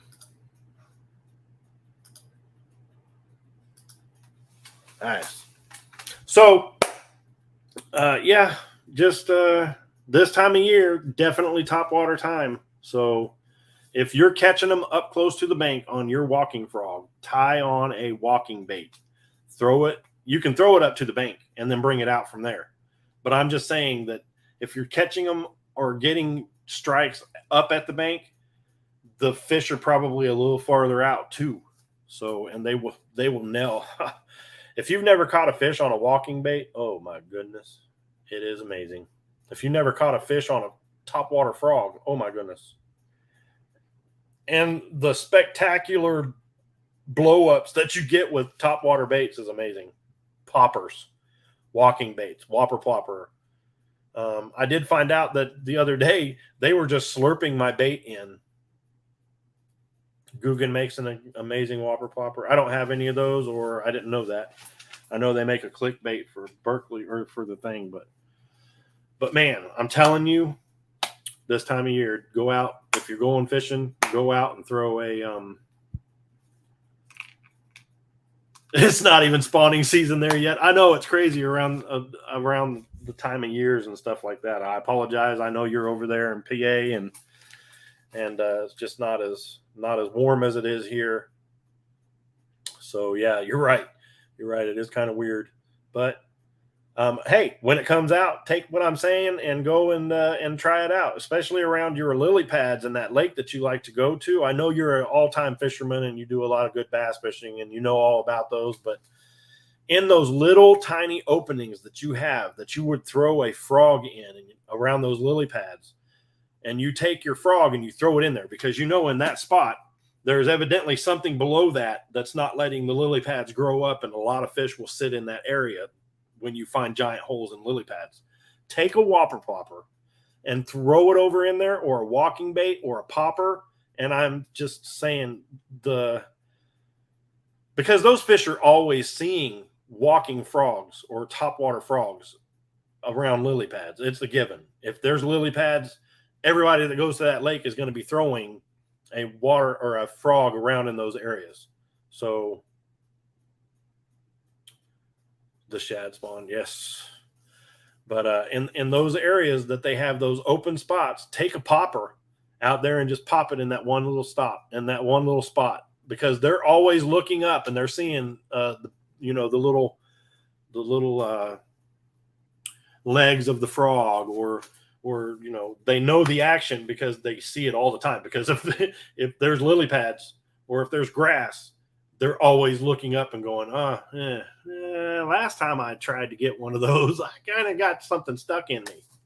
But, a lot of people won't throw a walking bait around lily pads because they get snagged up so easy. But, man, I'm telling you, when those fish don't see them all the time, they just go crazy.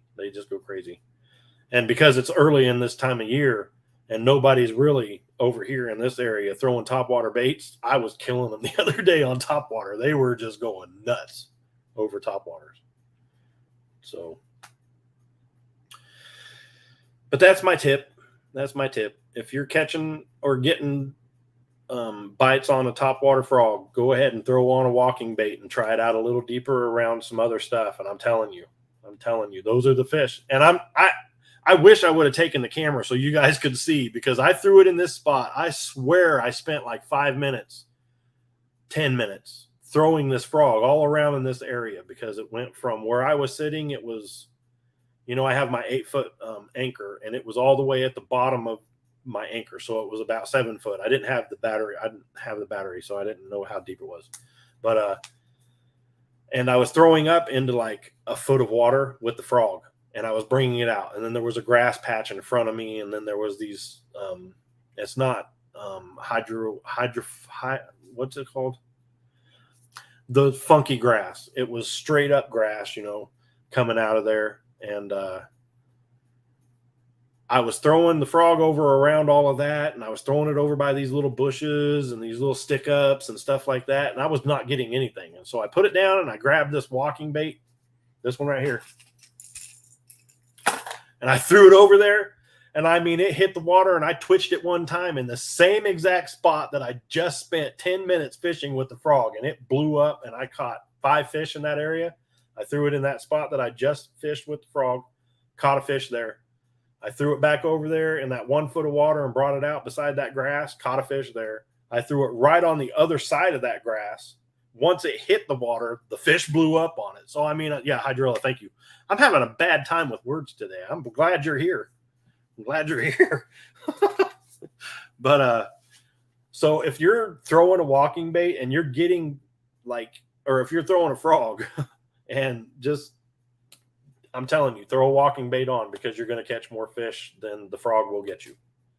Frogs are great for throwing on top of grass and around wood or through wood or up into trees and stuff like that. But if you, I'm telling you, just, I can't stop talking about it. I'm sorry. All you people out there that are like, I really wish he'd stop talking about this walking bait. It's amazing. Amazing. It makes me happy. I have a smile on, but my mouth frowns while I'm smiling. See? Smile. Natural frown. Just here to help. I know. I'm so glad that you're here. I'm so glad you're here, because you helped me, like, I don't know how many times now. Berkeley Spin Bomb. Let's look up here. What else was it?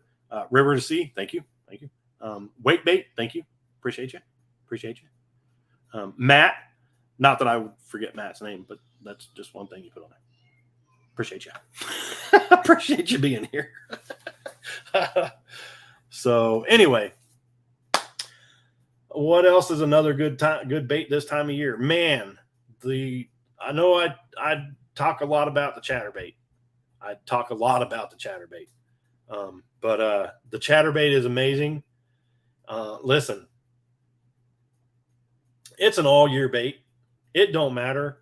You can go out there and you can throw the wacky rig around and not catch any fish, or the other way I like to do it is throw the chatterbait around, and if you catch a fish or or miss a fish, grab a wacky rig and throw it back in that same spot that you think you missed that fish in. And sometimes that fish will be coming back looking for whatever it hit, because it didn't get hooked, or it thinks it killed whatever it was. And with that slow descent of the wacky rig, as it falls and flutters, they'll think that's what they killed, and they'll come hit it. So just remember that if you're throwing a bait, you get hit, but you don't catch the fish, grab a wacky rig or something that'll sink slow. And most likely, there are a lot of good names, but the chatterbait, man, I'm telling you, the chatterbait is an amazing bait all year.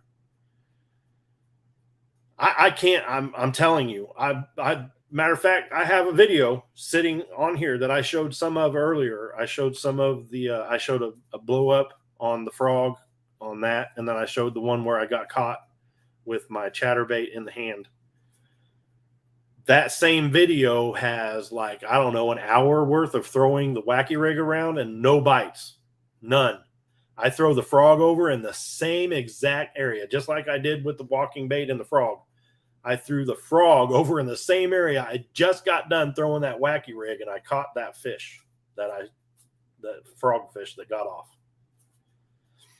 Yes. And they would not hit that wacky rig. And it was I don't even remember what color it was, white or purple. It was a June bug wacky worm from not Guggen, 6th Sense. So would not hit it. It's crazy.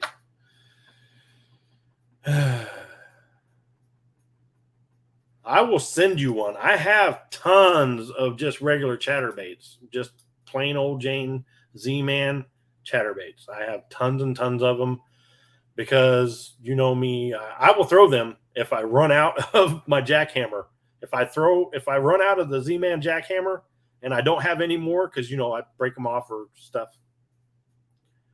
But breaks my heart every time it happens.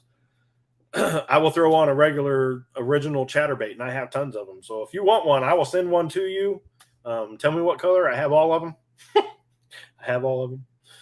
So you won some swim jigs.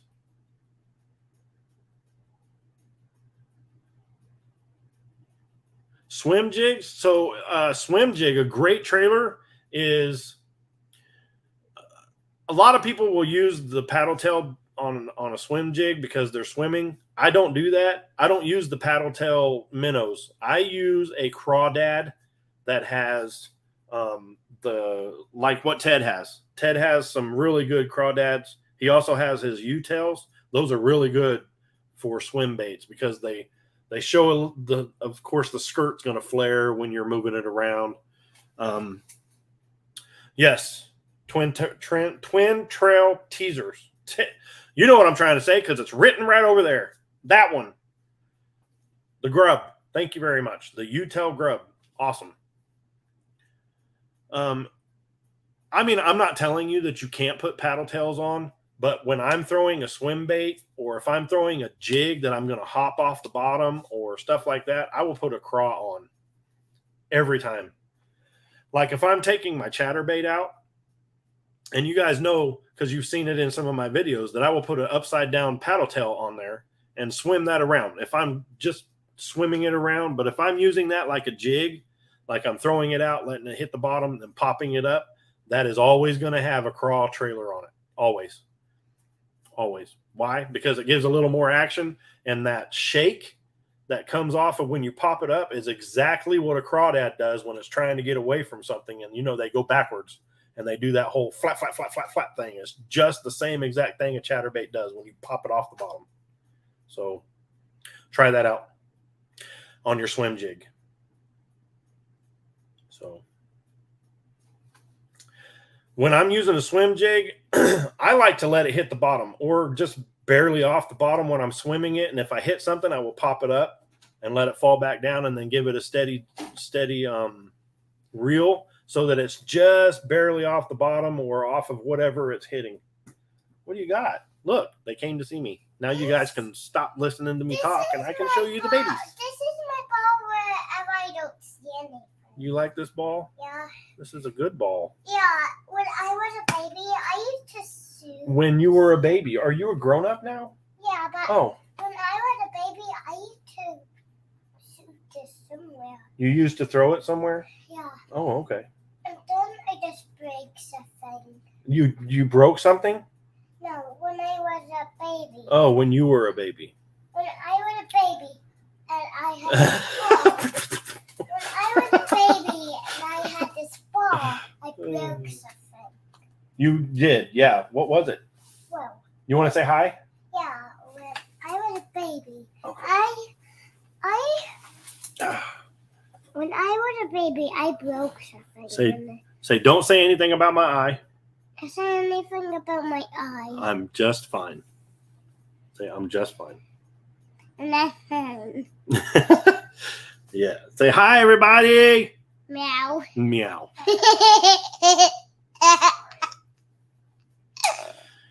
Rage Bug and Pit Boss. Meow. Works great as a trailer. Meow. Meow. She's fine. Okay. Say hi, everybody. Yep, you just threw the ball under the bed. How are you going to get that? You're going to ask the cat to get under there? When I think you can do it. I am not getting under my bed. There's monsters. Uh-uh. There are. When I was asleep, I didn't see anything under my bed. When you were asleep, you didn't see anything under your bed? Well, that's good. So, You want to tell all these people hi? hi. Can you say hi, Marcia? Hi, Marsha. Can you blow her a kiss? I think all the kids might be watching too. Can you say hi, kids? Hi, kids. say hi, Daniel. No. No, you don't want to. Yeah. Say hi, Ted. Okay. Say hi, Scott. Meow. Meow. All right. Look, Sissy's trying to get over there and get a. I don't know what you're doing. Why you don't put your head under there? She's over there with her head beside the bed, like up on the side with her arm reaching out behind, over, around like this, trying to get that ball, and it's in there. My back Crazy. hurts. You're, She got my ball. Ted does make some nice plastics. He She does got make my some. Good ones. ball. Yeah, I know. Don't tell me I know. I know. Handful. The people that take up my ball. People that they like your ball. She said, "That's an awesome ball. Can we play catch? Please don't throw it at my computer." Can you say hi to everybody? Hi, everybody. Can you say you're having a good day? Meow. What was yesterday? Meow. Was it Mommy's birthday yesterday? Meow. You're just gonna say meow. Meow. She is 3. Meow. Her name is Trinity, Meow. or Meow. This one is Kaylee. She is 9. Meow. These and the other boy, where he's sleeping right now, taking a nap, Meow. are the Mo Pups, Daniel. They have their own channel. It's called the Mo Pups and Stuffs. Yay. Make sure to like and subscribe. There you go. There Yes. you go. The children all said hi. Yep, she is 3. She is 3. And post She will tell you that she's an adult or grown up, that she's not a baby anymore. So, are you a baby? No. and make sure to hit that bell button so you know every single time we make a new video. You got to put out some new videos. Meow. Meow.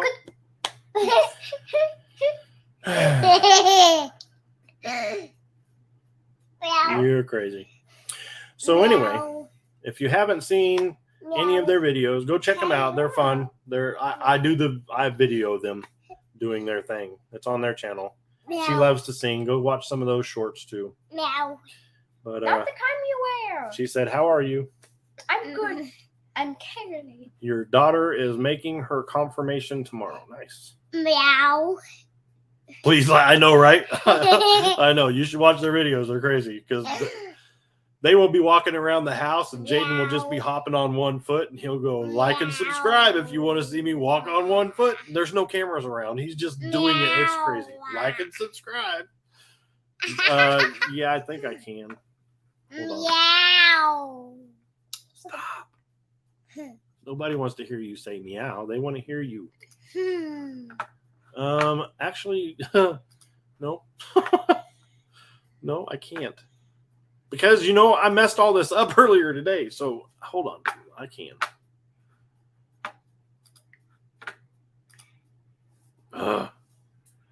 Mo Pups.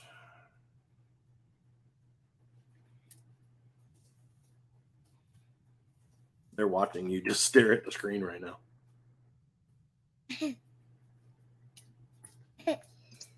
Meow. I think it's the. That's why. I like meowing. Meow. Enter. Daddy. Google doesn't even know us. Google does not know you, and every time I try to bring you up, it does not let me. So I have to go to probably my channel. There it is. Mo Pups and Stuff right there. Thank you. See why? That's why I have you here, Ted.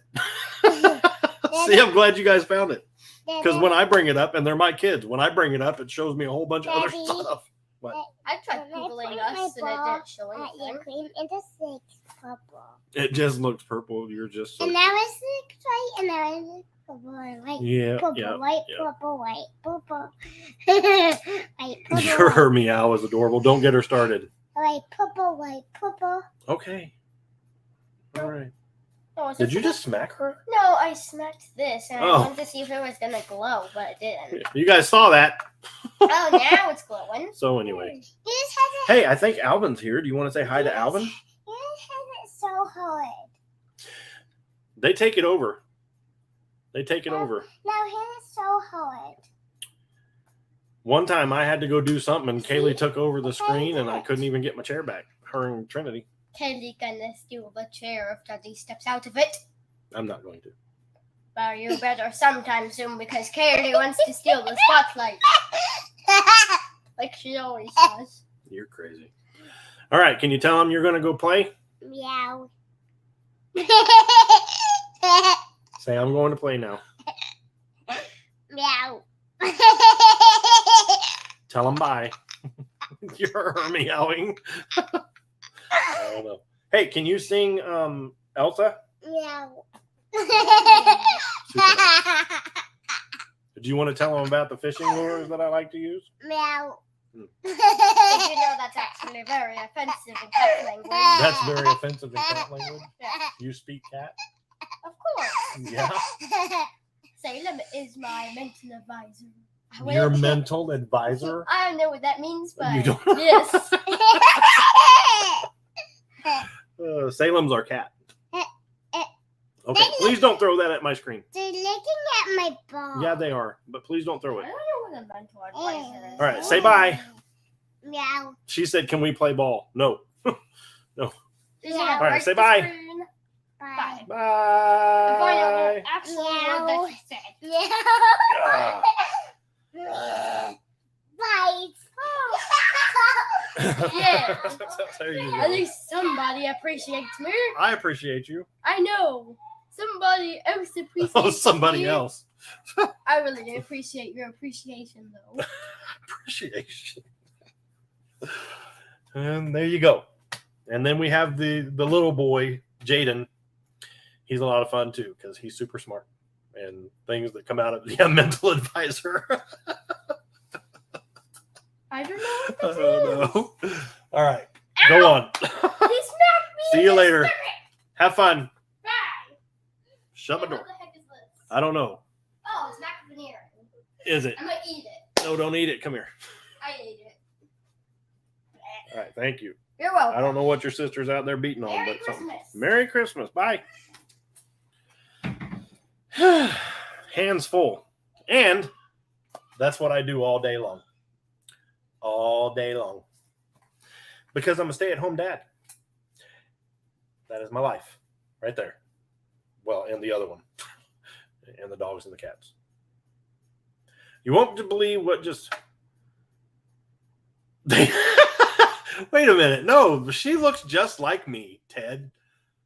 She not Kaylee. Kaylee looks like her mom, but Trinity looks just like me. What are you talking about? She's so cute. What happened? What happened?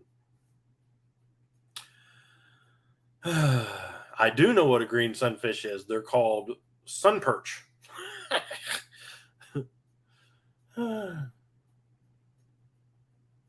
You caught 2 of them. That's fantastic. There you go. Pop R's. There you go. There you go.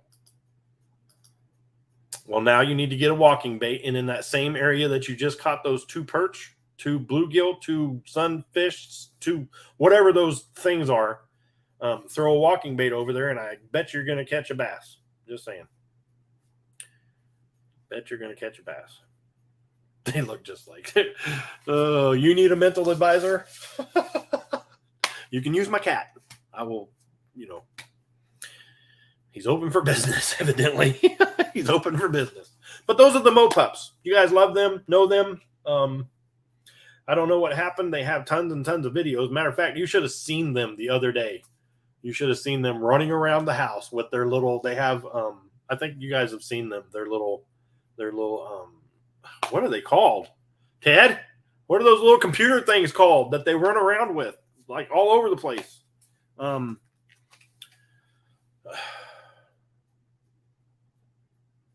can't think of what it's called.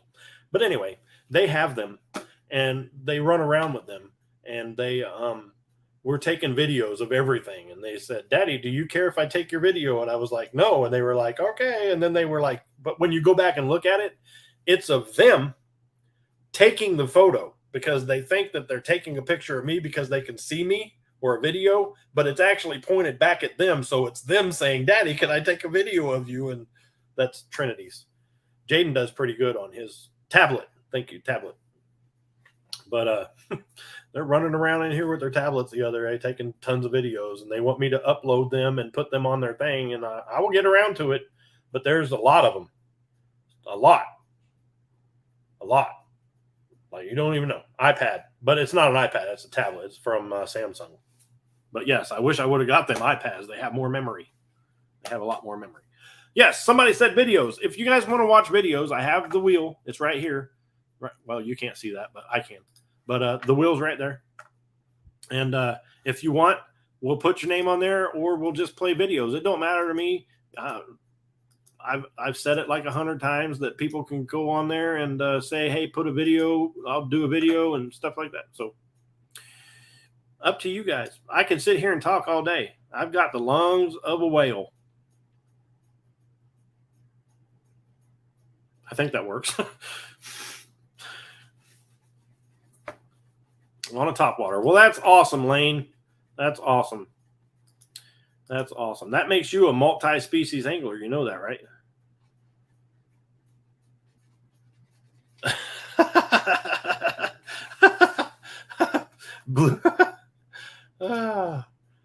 Bluegill are sunfish, but not all sunfish are bluegill. They also have green sunfish. Green sunfish?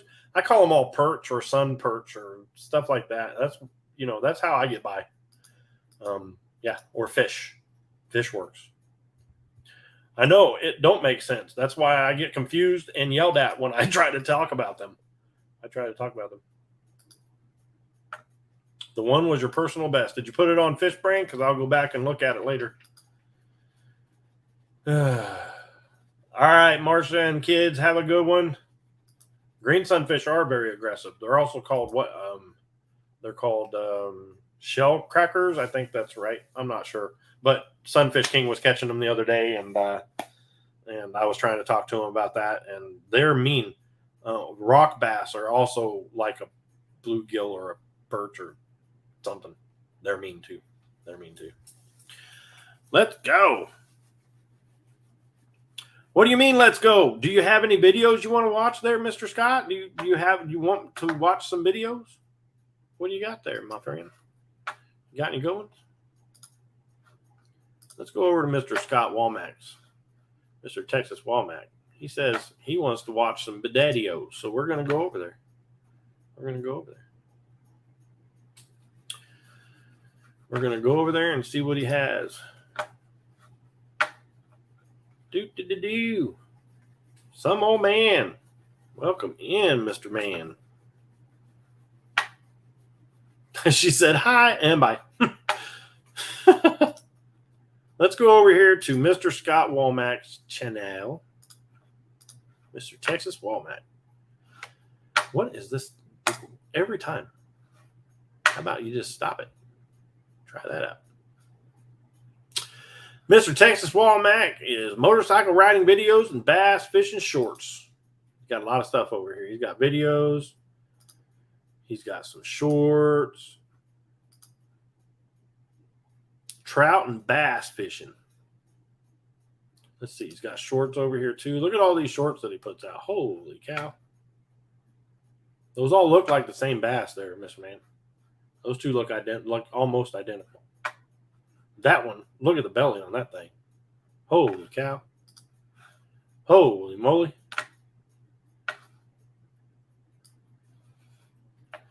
You need to be right there. Thank you very much. The Bullock Experience, welcome in. I was over there at your channel the other day watching you cook. That was pretty awesome.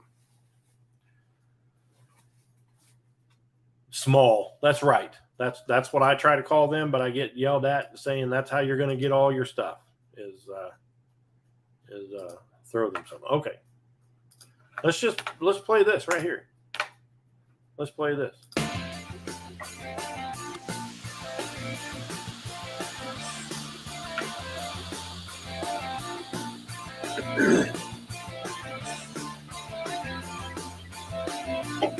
Oh,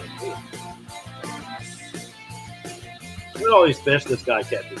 Crazy.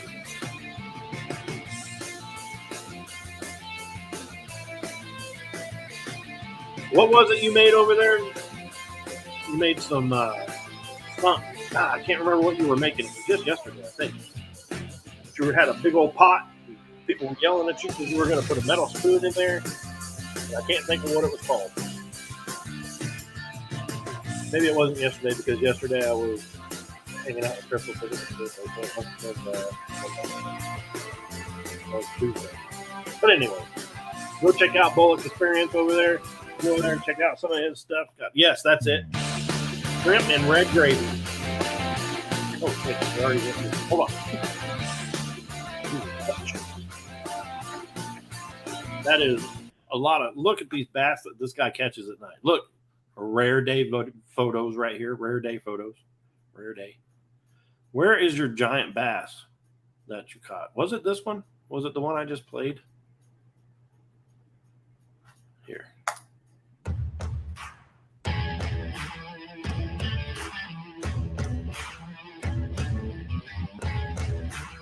He has a big one on one of these. Big old 7.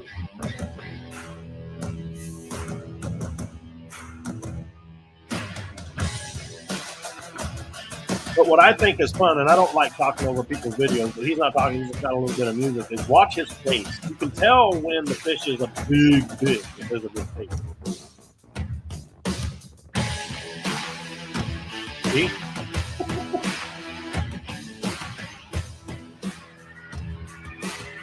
Oh, it was Jeremy. I'm sorry. My bad. You must have shouted out his channel, and I went over there thinking it was yours. I apologize for that.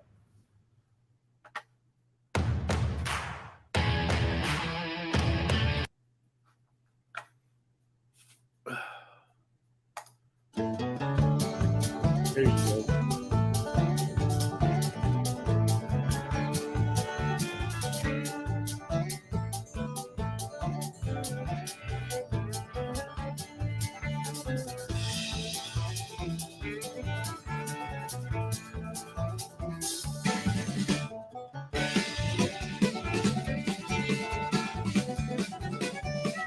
Nice. I'm telling you, Crystal has about 2 weeks of vacation saved up. We might have to take a trip.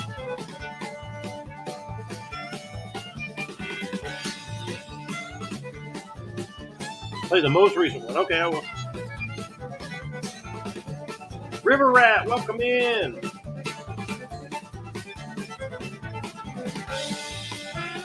Oh, okay, so it was your channel. He was just on the big screen doing the cooking. I understand that. I'm just screwing this all up. So, hey, if anybody wants to know, MoDog is just messing everything up right now. With this one right here, night bass fishing.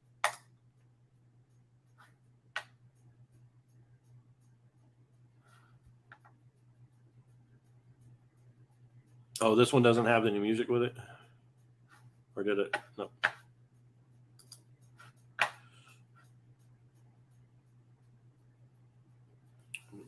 So I'm picking up what you're throwing down there, Bullock. I got it. It was your channel that I went to like I was going to, but it was him on the panel, just him big screened. I got it. So I was in the right place at the right time watching. Just, oh, God.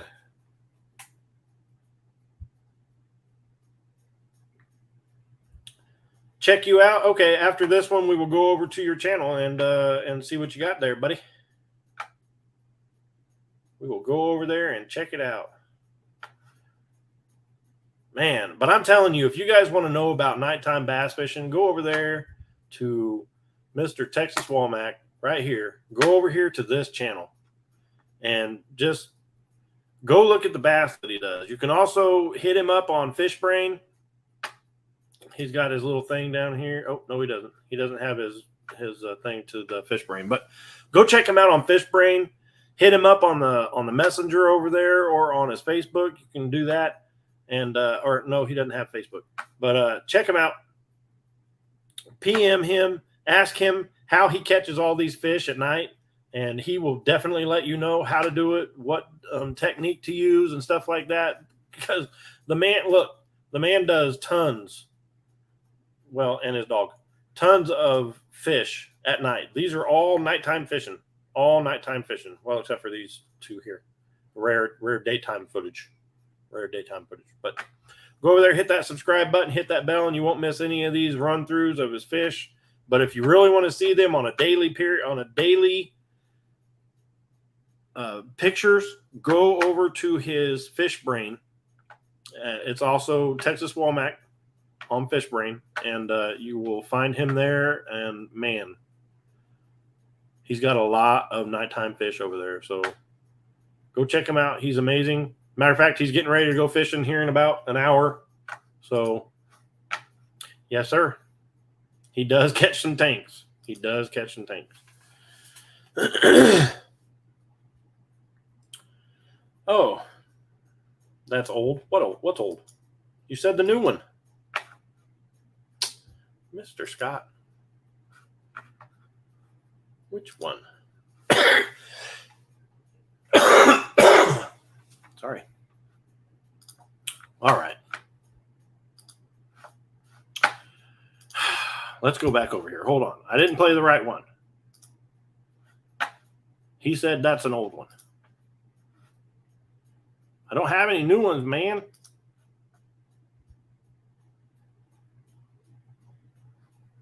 Look.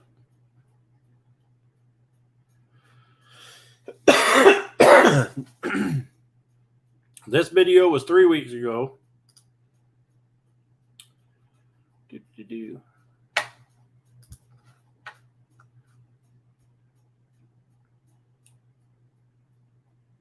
Anyway.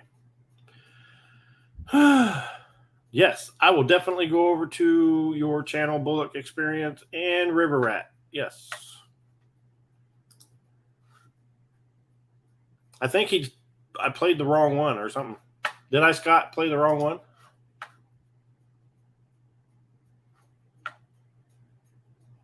But anyway, if you go over there to his channel, watch all of these. They're all, what do they call them? Just run-throughs of his pictures, but they're awesome. You get to see a bunch of giant fish caught. And the man always gets people telling him that he's catching the same fish over and over. And I'm sure that he does. I'm sure that he does catch the same fish, just not on the same day. But, I mean, he fishes in the same areas. So, you know, of course he's going to catch the same fish. You know, they're going to look the same. It's just on different days. But go check him out. He's got a bunch of good fish over there. So, moving on, my friend. Oh, man. All right. Well, let's go over here to the River Rat. Go to his channel. Oh, he's got some good catfish in here too. So, yes, sir. Let's go over there. El Hondo, not a problem. River Rat. Here we go. Got the old River Rat up here now.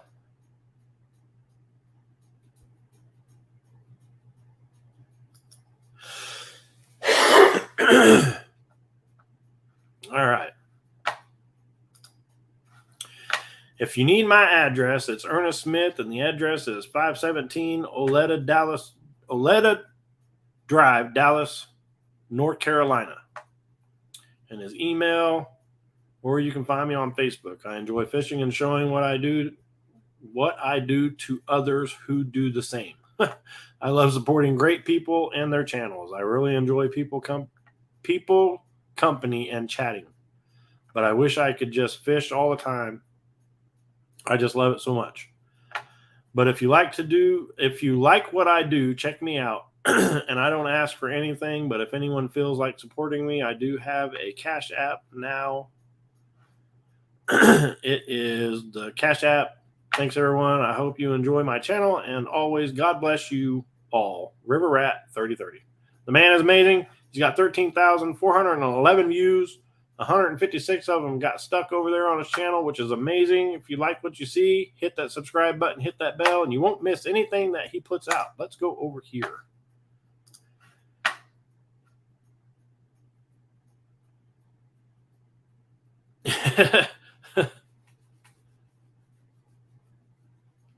+20 spots every day. Nice.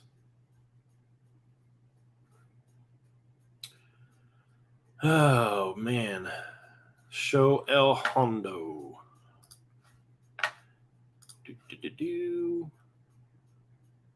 El Hondo. The Hondo we coming for you on? Is it a video? El Hondo.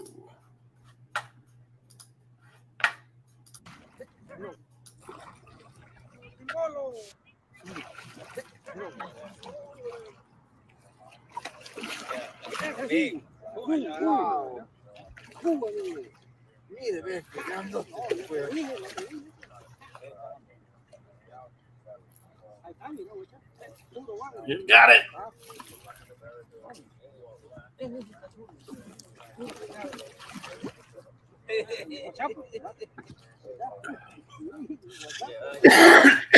Holy fucking shit, man! Oh my goodness.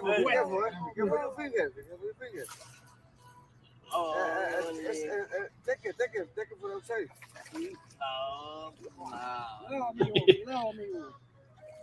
Lip him. That's right.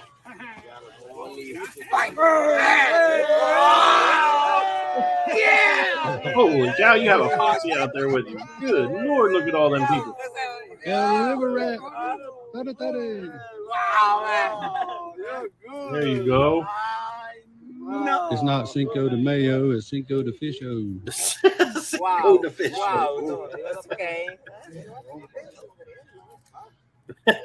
Cinco de Fisho. Oh my God, man. Oh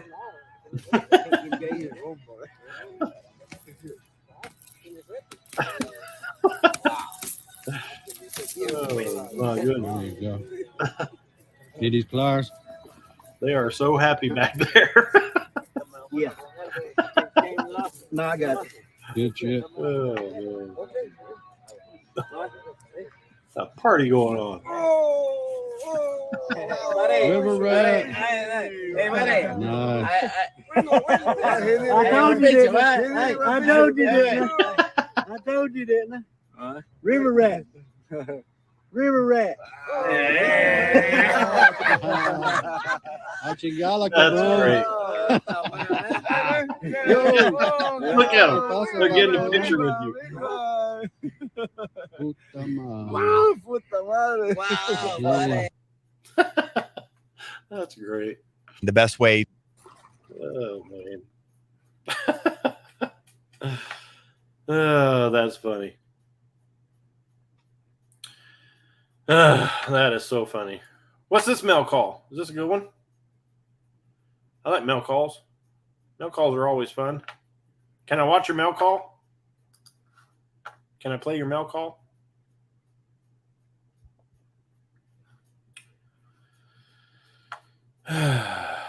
Yep, he goes and, man, the guy goes and fishes like, it's crazy. I'm going to have to go down there, but he's probably going to wear me out when I go down there because we're going to have to walk everywhere. You know me and bank fishing. Yes, thank you. Let me play this mail call right here. Hi guys, it's River Rat. Gonna be a mail call. Got some more stickers coming in, and I want to thank everybody. All right, buddy. Who sent Have them to fun me? going and fishing. And the very first one I got is Take Down Fishing. Take down fishing. Right. Appreciate it, Mr. Kenneth. Love you, brother. You don't use And, nets. No, you don't use nets. You just get down in the water and Let's grab see them. here. Get this stuff out of this bag. All right, Scott. Have a good one. Let me know when you get. Appreciate you coming in and hanging out, buddy. Says Sorry I didn't play the right one. Karma sticker, channel stickers, Devil Dog Keeper, Belt Loop. Belt Loop and Devil Dog, two great channels. You can go. They have That's good awesome. cop bad Appreciate cop. it. You guys haven't seen that? This one here. Good, not good cop, bad cop. I like this one too. It's awesome. No, I can't think of it. Good cop, bad. Awesome. You Devil Dog. Thank you. Here's one. It's Belt Loop. Thank you, buddy.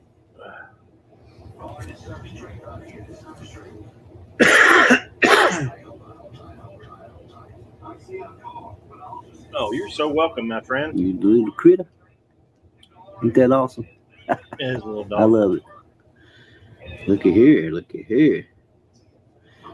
The big blue Smurf. There it is. Thank you, Smurf. Here's another one. It's another Belt Loop. Oh, look at that. I bet that thing was good. Looks like blueberry pie. And then,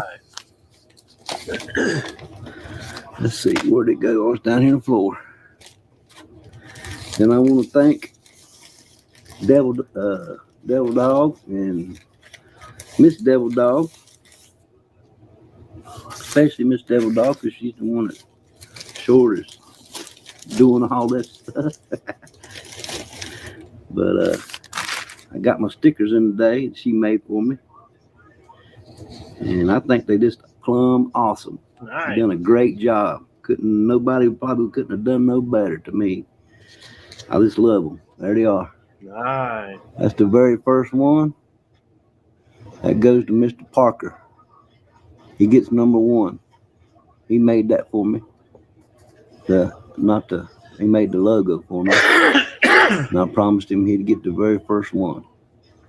So that's coming to you, Mr. Parker. Beautiful. And I thank you, buddy, for doing that for me too. I can't never thank you enough. He does And good. that's my original ones. Here's the ones she made for me that's mine. It's kind of dark. You can't see it really good, but need more lighting in here. But yeah, that's the new one. And I'll be starting to send these out, especially to the ones that sent me stickers that I've got already. I'll be sending them out to you. Anybody that wants me to get a sticker, we can do some trading or whatever, how you want to do it. I definitely need one for my. I'm just trying to make me a good my sticker wall board. here. I just love Mike and them sticker board. Him and Scott's got a beautiful sticker board. I've seen this Wendy's. It's beautiful, and I just wanted to start me one. And everybody's been helping me out, and I appreciate everybody doing it. But it's River Rat. I appreciate its mail call. I got some more coming in the mail. When they come, I'll show them to you. See you next time. Thanks, everybody. Especially Miss Devil Dog. I thank you so much for making my stickers for me. They are just top notch to me. God bless each and every one of you. River Rat, see you next. Nice. Nice. Again, if you like what you see over here on his channel, check him out. He's got a lot of good stuff over here. So great person, great personality, and friend to everyone. Just a friend to everyone. Hit that subscribe button, hit that bell, and you won't miss anything he's getting out. If you want a decal, hit him up. He said that he'll send them out, trade out with you. So definitely, I definitely want to do that. I definitely need some of those. I definitely want some of those for my wall. I got to have one. Thank you very much. Again, that's River Rat. Thank you very much, buddy. If you guys like what you see over there, go hit him up. Go hit him up. He's like a star over there on that shore with them catfish. I'm telling you. He said, I'm going to catch this giant catfish, and everybody over there was hooting and hollering. Oh, my goodness. Oh, my goodness. Play the video over on your channel. Let's see. Let's go over there.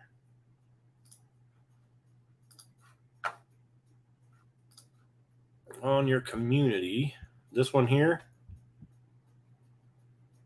All right, let's go to welcome to the Bullock Experience. Let's go over here to the Bullock Experience. It says, welcome to the Bullock Experience. I hope I'm saying that right. A fishing channel of all types of fish. Come along. Wait, am I even sharing this? Nope. Got ahead of myself. Here we go. Here we go. Messing it all up today. Welcome to the Bullock Experience, a fishing channel of all types of fish. Come along on my journey as we fish for the fun of it. Stay a while and help support the fishing community. Oh, by the way, my name is Kelly Bullock. Here on this channel, you will see the only live creek wading live stream on YouTube. If you are new to the fishing world, we here do a lot of CPR, catch, photo, and release. Me too. Now, we have kept some fish for food, but we normally release big fish to get bigger. There you go. That's the way you do it. They got the PayPal going on over there. If you want to help them out, set that up. 70,498 views and 1.3K stuck. Holy cow. That's a good number. Look, I don't have this bell rung over here, but I am subscribed. So I always love going over there and looking at some stuff. Let's go to the videos. Oh, he's got tons of videos. Look at this little boat. Isn't this an awesome boat he's got over here? Like the lights in it. Got some shorts. Go over there, check some shorts out. He's got all kinds of stuff in here. I especially like watching that spider right there. It's creepy when you first push on it, but you end up liking it after a few minutes. All right, let's go over here to the community. He said this happened. Check this one out. All right.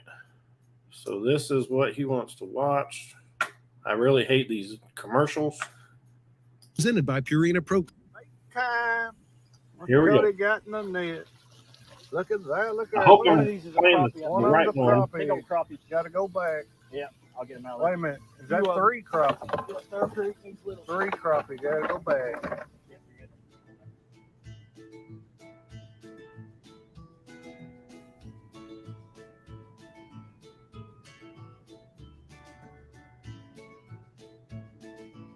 Hey guys, Larry, 3+1 Outdoors here. This week, Kelly from the Bullock Experience had reached out to Cody, wanted to go fishing with us. So we met him yesterday at the boat ramp about 5:30. We had to go out. We had to catch bait and everything. We got the bait, then we got the fish. Hey, it was an exciting night. So come on and watch All it. right, fantastic. We'll watch this for a few. How long is it? I didn't even. The GoPro battery We'll watch it. Yep. just died. So we missed that takedown. It was a good one, of course. But we got a fish on. So I ain't going to complain. Remember when you That is a lot of poles out there to get tangled up. I don't know how you guys do it with all them poles. No, tighten your drag Somebody just gets a little. All tangled. Keep pulling as you tighten your drag. Are you taking in any line? Oh yeah. All right.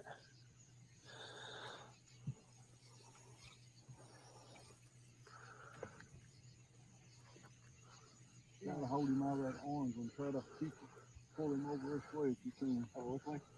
To the left side, to the driver's side of the boat. The starboard side of the boat. Well, as you can see, we got Kelly Bullock with us. Reeling in a fish. I tell you right now, It's not eashy. No, I bet he's got a YouTube channel for y'all don't know. The Bullock Experience. So if you hadn't checked him out, check him out. All right, just give him some time. There's the float. You're doing good, Kelly. Just take your time with him. It's okay. Are you awake, buddy? Oh, is he? Yeah. It's okay. We'll get him in. I just hope he's a big one for Kelly. He's looking like he's going. Oh, he is. Kelly! Oh my goodness, that is a good one. There we go, Kelly.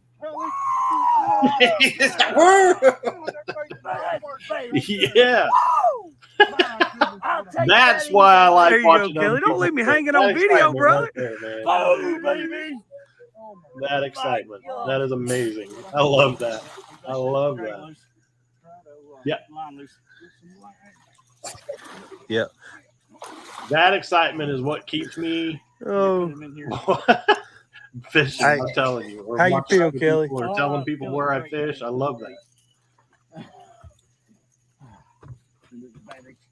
No, I'm gonna get it. Nice. Oh, Look at that tank. That's a big fish, Kelly. Oh my goodness. Yes. That's a big fish, Kelly. Need me to help you, buddy? Look at that beast. Hey. in the corner of the mouth. I tell you what, I'm smiling as big as he is. This has made my night seeing him catch his. Nice. See? I love it. I love it. There we go. There you go. Hey, Kelly, that's the bluegill I caught. Say thank you. So bye, everybody. Is he missing? My hand in that mouth. All right.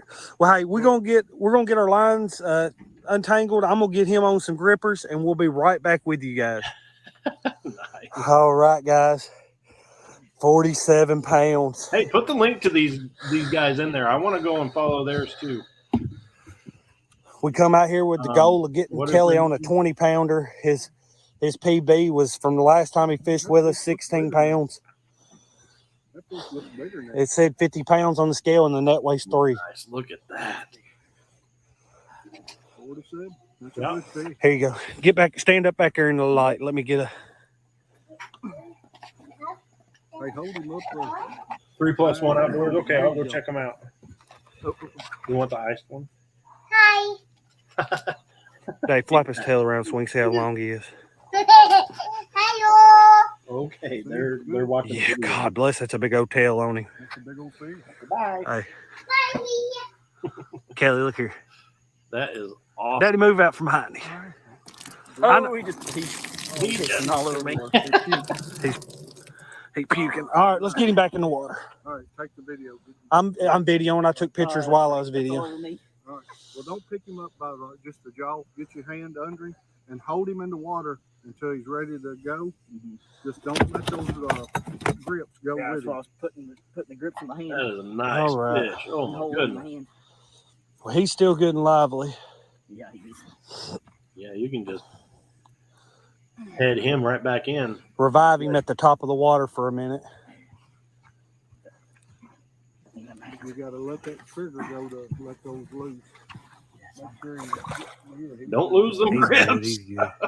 there's a trigger in there. Yeah, You that's gotta what I'm trying to. He's just trying to keep that around his wrist so he don't. I don't know which way it goes, if it goes up or down. I'm good. He's 47 pounds. Wow. He's good. Go ahead and release him.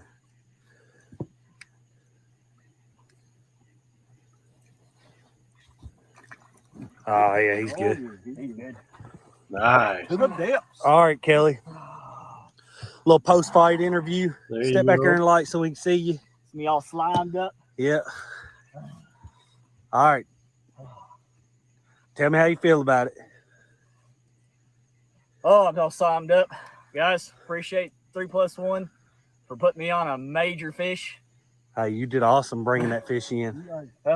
You fought him like a pro tonight. Yes, Yes. I That did. one hung up or they got a fit now? Yeah. This one. This right here. Yeah, it was hung the boat. Well, Kelly, that's your new PB, brother. Yeah. We're gonna get off here. We're gonna get these lines back in the All right. water.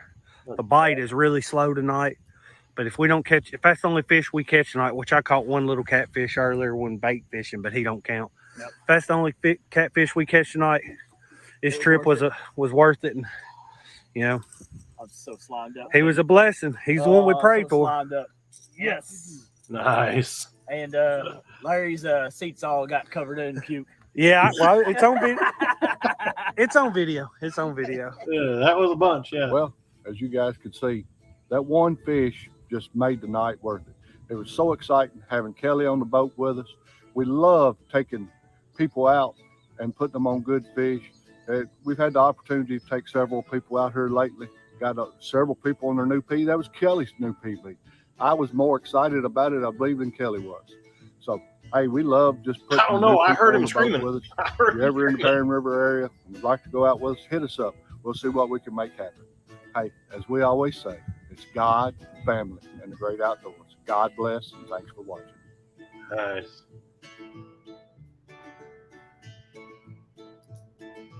That's a great video. They did a good job editing. Nice. Hey guys, if you like my people channel, go put another one video, then watch them, please. I had a feeling something else was coming up after that. That's why I stayed on there. That's awesome. That's a nice fish, man. That's a nice fish. Go over there and check that out, man. Look, we're going to hit that like on there. That was awesome. But go over there and check out the Bullock Experience. You never know what you're going to get on there. Look, I saw a cow right here. Looks like my backyard the other day. Cow came through. So, awesome. Awesome, awesome, awesome.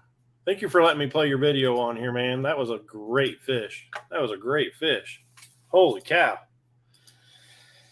One day I'll get back into some big catfish. You know, I'm a bass fisherman that likes to go act like I know how to catfish, but And then I get scared off by snakes. Yeah, snakes. They scare me. So, but anyway, go over there, check them out. I am definitely going to go see 3+1 Outdoors. I want to check that out. That looked like a great channel. If you want, go over there and check them out as well. Bullock Experience. Thank you very much for letting me watch that there, man. And play that out for these people who haven't seen that. That was amazing. That was amazing. Good job. I like to see that excitement. I like to see that excitement. That's why I like to tell a lot of people about where I catch my fish, because I want to see them, if, you know, even in pictures, and their smiles on their face when they go out and they catch big old fish like that. So I know a lot of people say don't tell people where you go and catch your big fish and stuff like that. But, man, it's just all about that experience that you can give to somebody else. And I don't go and take a lot of people fishing with me in my places, you know, when I go out there. It's just a hassle. To the places that I go, I have to get you a permit and this and that. And I have to go get you a pass to get on post and stuff like that.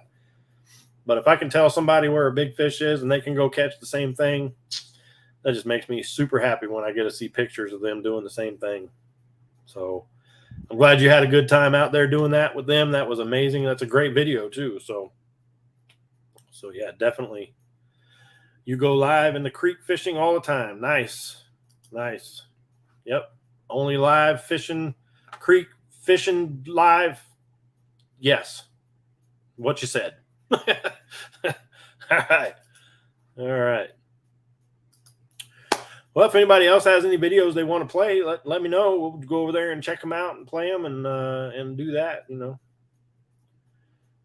It's awesome. It's awesome. Oh, and I did see that when you were bringing that fish in, you did get caught up on some of those lines. So, you know, I know I was right when I said, how do you guys not get all hung up? So I know now that you actually do.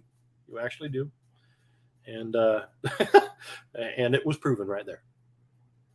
And that's why when I go catfishing, I use 2 poles, because I don't want to deal with all the getting this unstuck and that unstuck. But we are going to go catfishing this year out of the kayak over on the refuge. So over on away from post where everybody can go, we're going to go out there and we're going to do some nighttime catfishing out of the kayak. I might just take the Shadowcaster and not take the Coosa, because there's no reason at night to be over there trying to catfish while I'm worrying about pedals and where to put poles and this and that and stuff. I don't know. We'll figure it out. So you do get tangled, but not all the time. I'm telling you, it just looks crazy to me. Has Life Fishing. I watch him out there with those 12 poles that he puts out in front of him, and I just don't know how. I don't know how. Mark, how's it going, buddy? Yes. If you don't know Mr. Mark, he goes over and he fishes most of the places that I fish. He's a good guy. So he does Fish Brain and stuff like that. He's got Instagram. And awesome person. So go check him out over there on Fish Brain if you can. But one day I was out there. Kentucky doesn't have a.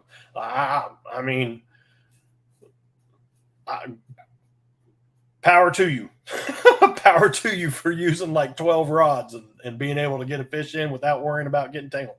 I don't get it. I can't do it. Look, if I get tangled and I only have one line in the water, I get tangled on those rods there. Wow, 14 rods on a boat. That is crazy. That's called fishing. That's called fishing or headache. However you want to look at it. That's one of the three. But yeah, awesome. Yeah, definitely see you out there, man. But anyway, one day I was on my way home, and I got in trouble for this too. I was on my way home. I was out at Menard Pond fishing, or Menard Lake, however you want to look at it. It's giant. But I was out there fishing, and he messaged me and said, "Hey, are you out fishing?" And I was already driving. And I said, "Yeah." I said, "Where are you at?" And he said, "I'm over here at Rudd." Well, I was already like 2 miles away from Rudd. What'd I do? You're right. I turned around. And I drove all the way back where I just passed. Went over there and talked to him for a little while. It was awesome. We talked about the bass. And when I pulled up, he was on the phone with his lovely girlfriend, wife, I think fiance, something, might be wife now, but awesome. But on the phone with her, and I said, I didn't want to say anything because he was on the phone. And he goes, I'm glad you pulled up because I just caught a fish when you got here. And I just told her I can't wait for MoDog to get here because I'm going to catch a fish when he gets here. And it happened. It happened. So, but anyway, I got in trouble because I stayed over there and talked to him because, like here, I'll talk for hours. And with him, I was just sitting there and showing him. I gave him a few lures to use, night fishing. And if you want to know about night fishing, Mr. Mark, go over there and talk to Texas Walmack. He will help you out on that night fishing stuff. He will. But I gave him some stuff that I thought would work. And the true story, right? And I gave him some hooks and some other stuff, weights, just so he could go and have fun at night, what I thought would work. And I haven't talked to him really since to find out if it worked or if he even went out at night on that or not. But man, I got in trouble because I stayed over there and talked to him, and I got back on the road to leave, and I called Crystal and I said, hey, I'm on my way. And she goes, where have you been? It's been like 40 minutes since you called me last. And I was like, well, here's what happened. So Mark got stuck and I had to go help him pull his truck out because I couldn't tell her until I got home because I didn't want her yelling at me on the phone. So I told her you got stuck in the mud and I had to help you pull out. But when I got home, I said he really didn't get stuck in the mud. I went over there and I just started talking about fishing and stuff. And she said, it would have been nice for you to call me and tell me that you were going over there to talk to Mark instead of calling me after the 40 minutes. So I wasn't worried what you were doing. So I got in trouble. And I didn't go fishing for like 3 days after that because she would not let me. Just letting you all know. She pulls those strings. She wears the pants. I wear the pants in the house when I can, but she lets me go fishing. I wouldn't go fishing if it wasn't for her anyway, because she buys all my stuff. So I'm just saying. Hey, and Mark, those are some awesome pictures of your guys' anniversary that you had over there. You and your wife. I can't remember her name. I planned on next time I talk to you so I would have it in my brain, but now I can't remember. But awesome girl you got there, and I'm glad you guys go out and you have fun and do all that stuff together. It's amazing watching you guys, the looks in your guys' eyes when you're around each other. So I think you got a good one there, Mark. And man, I'm just glad that I met you out there on the pond. I didn't get in super trouble. Just when I got home, she was like, well, you should have just called me and told me that you had to go help somebody. And I was like, okay, here's what really happened. And she goes, I knew you didn't have to pull them out. You have a 2-wheel drive truck. Who are you going to help pull out of the mud? And I was like, okay, here's what I just sat there and was talking to him about fishing and stuff. So yeah, you got me in trouble. I'm glad you went out and had fun. I did find out, however, that Menard is closed. Don't go over there and go fishing on Menard. It is closed because of some problem with the water. And I don't know if you guys know this or not, but there was a couple of days there where I was really sick, and it's because I was over in that water. So, Mark, if you went over to Menard and you got sick afterwards, that's why. Just letting you know. I talked to the biologist guy that's got that closed down. There's a reason. And now they have Rudd closed down. I don't know why they have Rudd closed down, but I tried to go fishing over there twice, and I can't go over there because it says closed. So I'm kind of mad about it because that's one of my favorite places when I can't catch fish. But anyway, Mark, he's an awesome guy. Got an awesome canoe kayak thing, and it's a nice little kayak thing. And he's got a story that he'll tell you, and we talked about that too. So it wasn't just me talking fishing. It was we've had both interacting. Just saying. So it wasn't just me. But anyway, glad I got to see you. Good job, Mark. And hopefully I get to see you out there some more. And we can do some fishing together. That would be awesome. Like go over to Catch Lake or something, or even over to Letra. I got a tournament coming up this Saturday that I don't know if I'm going to go fish at. I got this kayak. You guys know I got the Coosa FD kayak so that I could go do my tournament fishing in the kayak, and I haven't been one yet. I've missed two. And this next one is for a big lake, and you can fish all the ponds over there on the refuge and stuff like that. So, and I haven't even been to any of them, and that's why I bought the kayak. And Crystal's kind of getting mad at me because she's asked for all of these tournament days off, and I haven't gone anywhere to do any tournament fishing, and she's already asked for these days off. So, all right. Oh, I see that. Yeah, I didn't see you had that.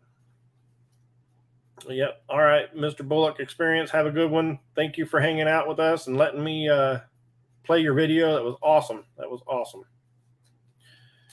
You did go there. Had no idea. I didn't either. Listen, I was out there fishing one day when it said it was closed, you know, on the little drop down warning thing where it says Menard is closed. But then when you go in to check in on it, you can check in on it. So I checked in on it. Then I went over there and I went fishing, and I was out there in the morning. Swampland Outdoors, welcome in. But I was over there, and I think it was that same day that I saw you. And the game warden came by, checked my truck out, told me that, you know, or he didn't tell me anything. He saw my thing, didn't give me a ticket, didn't call me, because usually if I'm someplace that I'm not supposed to be, because, you know, you're out there on those ponds, and sometimes they'll close them down during the day after you've already checked in. They'll call you and tell you, hey, you got to leave that area because they closed it down for training. But he didn't say anything to me, didn't call me. And then the next day after I saw you, Scott Zimmerman was going to go out there with me. We were going to go out to Menard and go fishing. He called the check-in place over there at the wildlife place, and they told him that the biologist has it closed down. So don't go out there and go fishing on it because it is closed. So I don't know. There's like multiple people out there that don't know it's closed, but I didn't get a ticket when I was out there. But don't go out there now. Just letting you know. Not a good idea. Because it is closed. So, something wrong with the water. You might get pregnant. I don't know.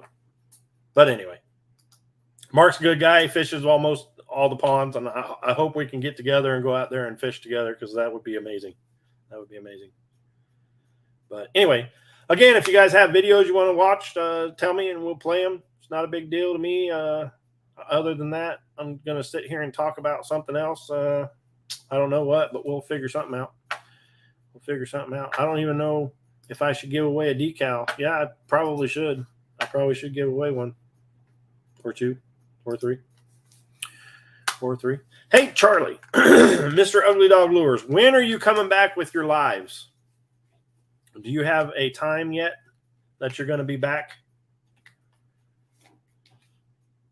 You shutting my door? Yeah. Thank you.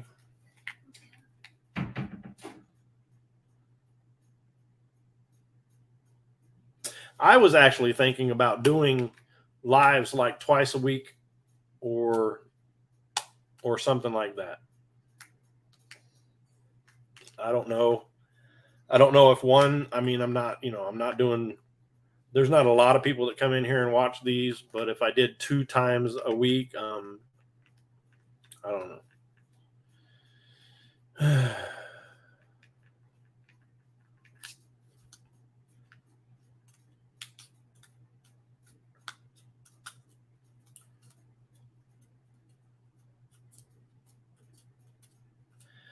Nobody wanted on the wheel today. That's okay. That's okay. When the cold weather comes around, it will all come back to where it's supposed to be and stuff like that. Because that's when it's the best. That's when it's the best. When nobody can go out and catch fish. They want to sit here and look at this. And when people can go fishing, they're like, I don't want to sit there and talk to Mo-Dog. I could be doing better things like fishing. So, and I haven't, I have put out a couple of shorts here in the past couple of days. Nothing really spectacular or anything like that, but, you know, nothing grand.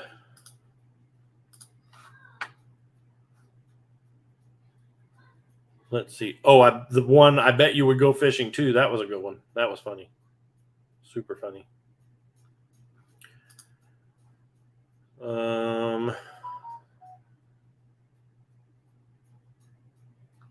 Oh, so the sorry, I was just over on my page looking at it.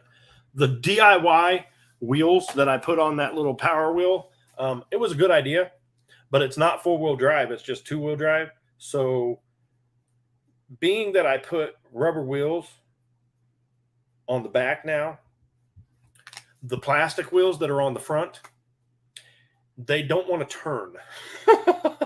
So you could be going forward because, you know, it's got plenty of traction now. But when you go to turn, it doesn't turn. It just keeps going forward because it's just pushing those plastic wheels on the ground. So I gotta go put rubber on the front tires too, so it'll grab and turn.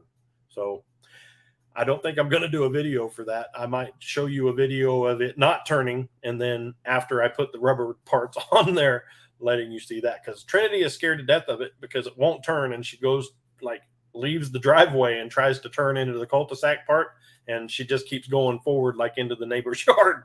So she doesn't like it. It scares her because it's super fast now. Well, to her, it's super fast. Like, you know, because it used to be really, really slow, and now it's really fast. But so just to let everybody know that watch that DIY that when I say in there at the end that you can't turn it, that's why. You can't turn it because it goes forward too good. It's too good to go forward. So nice. Swampland Outdoors, huh? How are you, my friend?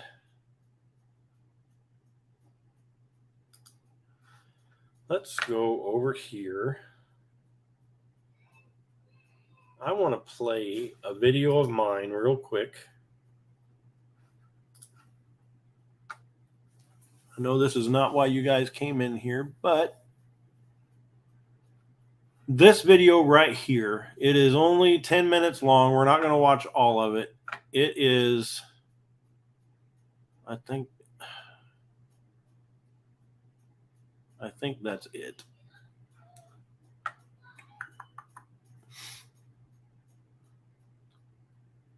Yeah. This one right here. Hold on. Hold up. All right. Let's go over here. I will share this with you. I'm going to play this video for you. I'm not playing all of it, of course, because it's 10 minutes long. But this is what happens when you put a 32 gigabyte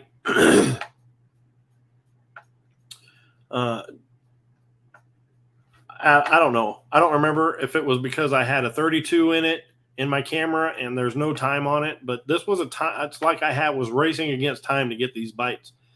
And in between here, you will see where in between some of these places in here, there is cutouts.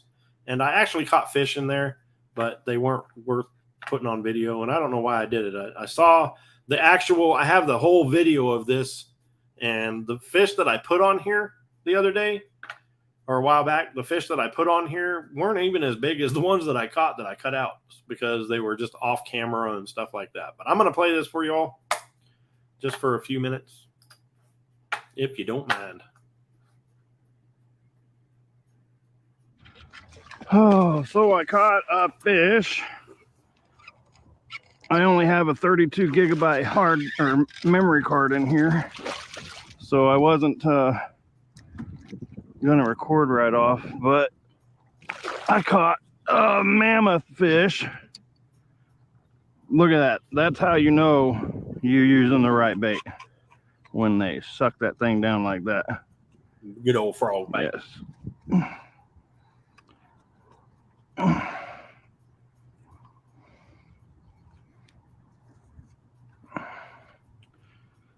Oh, come on. Where are you?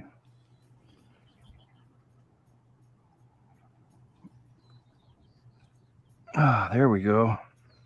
Nice bass. Look at that thing. Look at that fish. That's nice. That's probably a 5-pounder right there. I guess I'll leave this on for a little bit. Yes, sir. We're gonna give her away. Let's see how much. I'm pretty sure 5 pounds.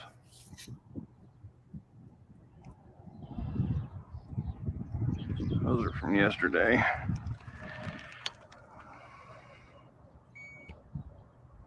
Total weight I see yesterday that for 5 grass fish right was underneath me right there. 12.89. That's not bad for 5 fish. Right out here, All right, here we go. all of this is the 5, same exact thing 1, all the way across. It's like a flat right 5 pound, 3 foot 2 ounces. all That's the what way it locked across in to at. about this 5.2. where it's clear. But you can see the grass right Nice bass. Look at that thing.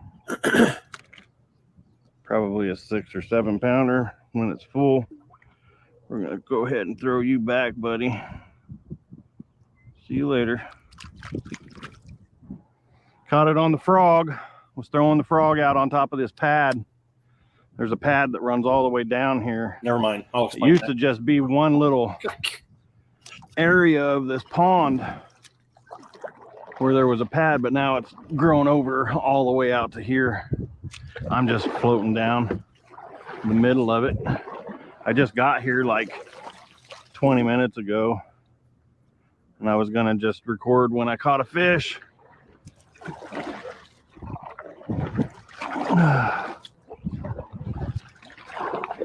I'll probably stop this and then restart it here in a second. Oh, I got another one. I don't think it's a big one. Down in that grass.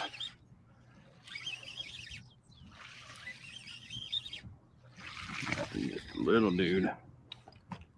Little guy.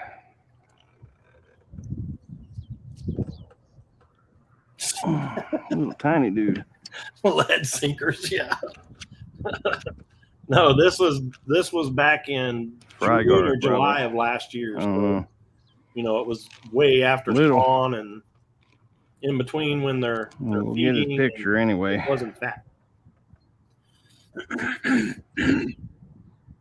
You can see, like on this bass here, you can tell his little. Not belly even a pound. is full, so 6 or 7 pounds. I know, Alvin. That's my favorite frog. I still have that frog. All the Doing other that ones spot, just I don't know how getting many torn up, times. except for that one right there. For some reason, as a matter of fact, that's what I caught all those fish on the other day. In the one that popped it Let's out see of how his much mouth. time I have left. 17 minutes.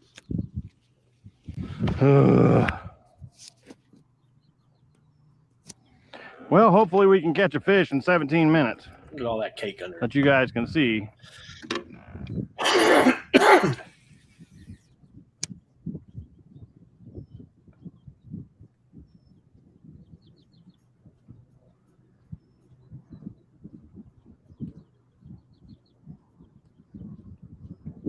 Old frog fishing.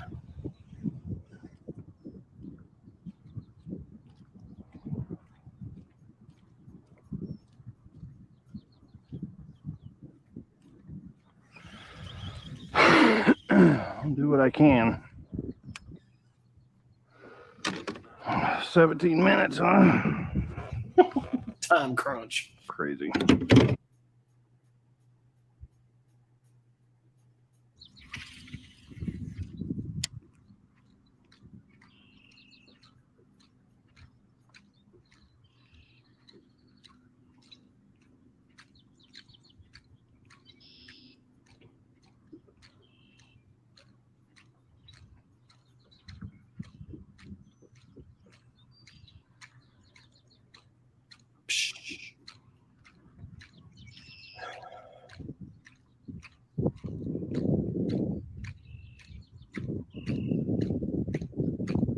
I probably would have caught a fish in there had I stopped at one point. Had I stopped at one point while reeling that back in, just I wasn't even thinking.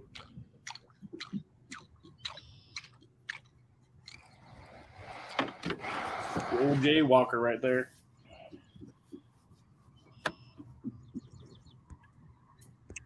Two minutes left.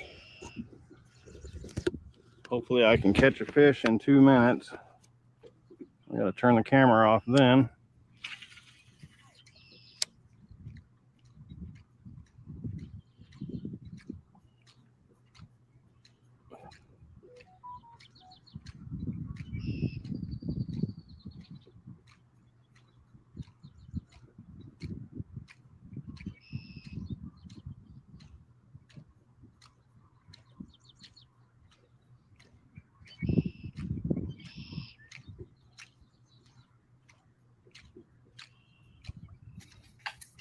Like watching this now, if I would have just slowed down and stopped a couple of times, it probably would have been better. Just a 2-minute countdown.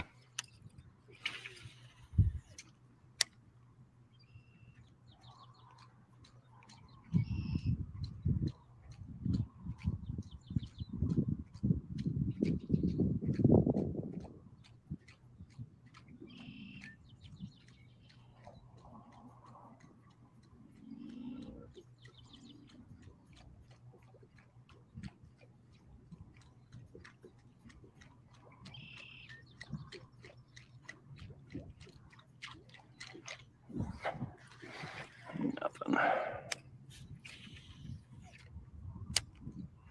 You guys are getting anxious, aren't you? I can feel everybody watching this right now is going, okay, this time it's gonna blow up. It's gonna be a good one. I thought for sure there'd be a fish back in here. Nothing.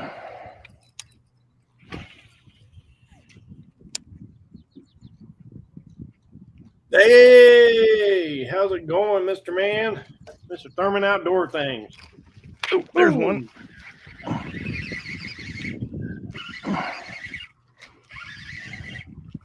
The old countdown's going. Get him in here. Come here, you. Come here. Just chill out. Just chill out.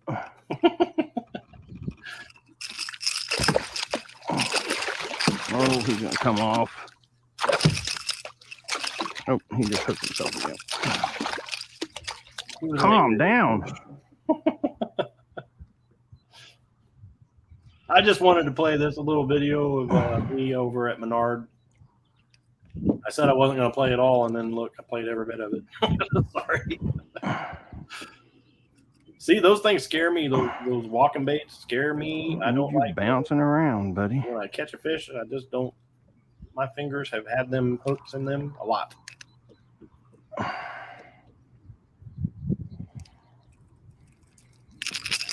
See?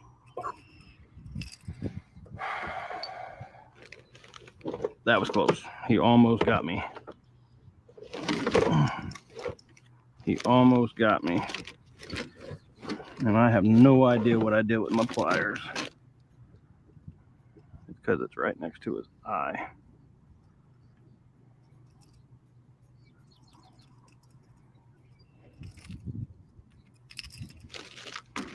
Use your scissors.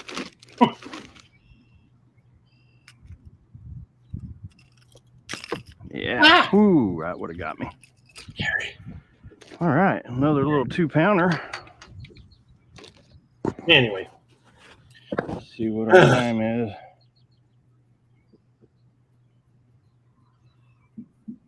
Out of memory. All right, well, I don't know how it's still going because I'm out of memory, but later. Nice fish. Anyway, that's what happens when you have a 32 gigabyte or a memory card. You don't have much time to go fishing. You don't have much time. But anyway, that was over at Menard. You know where that is, Mr. Thurman. Over at Menard last year. This year they have Menard closed down, like I was telling you guys earlier.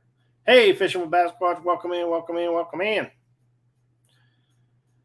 But yeah, so hey, what we're going to do right now is, you know the deal. We're giving away a decal. One of these awesome decals right here. And the way I've been doing this is I give away this decal right here. Awesome, awesome channel. Awesome individuals Him and his wife are military. They help out with veterans. They go fishing all these tournaments where veterans go, and they take them out fishing. And man, they're just all around great people. And if you don't know them, go check them out. It's Thurman Outdoor Things. They have Instagram, they have Fishbrain, and of course they have YouTube. So you got to go over and check them out. This is their decal. We're going to give that away right now. You know how we do things on here? We grab a number out of the bag between 1 and 50. You've never fished Menard? Oh, man, we got to go over there when it opens. It's not open right now for some reason. Oh, right. Bacteria or something in the water. Something. Don't go over there. Bad for you. And it comes with one of these. So, it, set up just like this. Just like this. Thurman Outdoor Things. His little logo, little deal right there. Even has a little hat on there. It's pretty awesome. So I'm going to give those away right now. Awesome channel. Him and his wife, military family, and their little baby. Great people. And I just can't say enough good things about them. They're just awesome individuals. And, this for that. You know what I'm talking about. And we're going to do that right now. So if you want this decal, which I get to give these away. He said I can give these away, his channel, but I get to give his decals away. And not a lot of people have these. I'm sure he gives them out to people that he knows, but, only like 3 people on my channel have got these. So we're going to give it away right now. We're going to give it away. So between 1 and 50, put a number in there right now, and you can get yourself this Thurman Outdoor Things in the mail going out tomorrow. And we're going to draw a number out of this here bag, this 6th Sense bag right here. This one. We're going to draw it out of this bag. Why? Because it's pretty. Pretty. It matches my shirt. It doesn't really. So, yeah.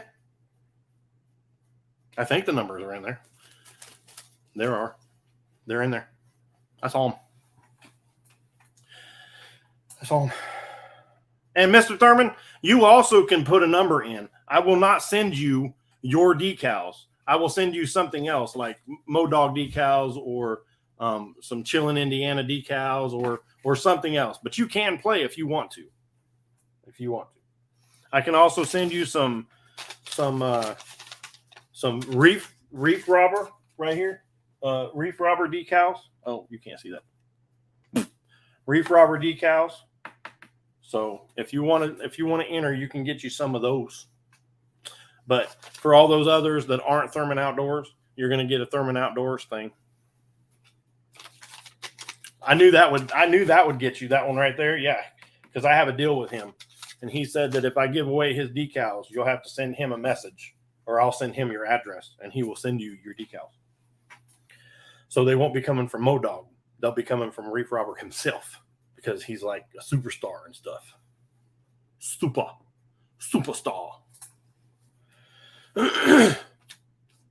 But anyway, so we talked about the walking bait. We talked about the whopper plopper. We talked about the popper and the hula popper and the frog. Great baits for this time of year, top waters, especially, early morning, late evening. But I can catch fish on that walking bait all day long. So definitely, if you haven't thrown a walking bait, man, they're fun to throw. Good times. Is that everybody? Alvin, you don't want to enter? Oh, you did enter. Alvin entered. You guys are out of luck.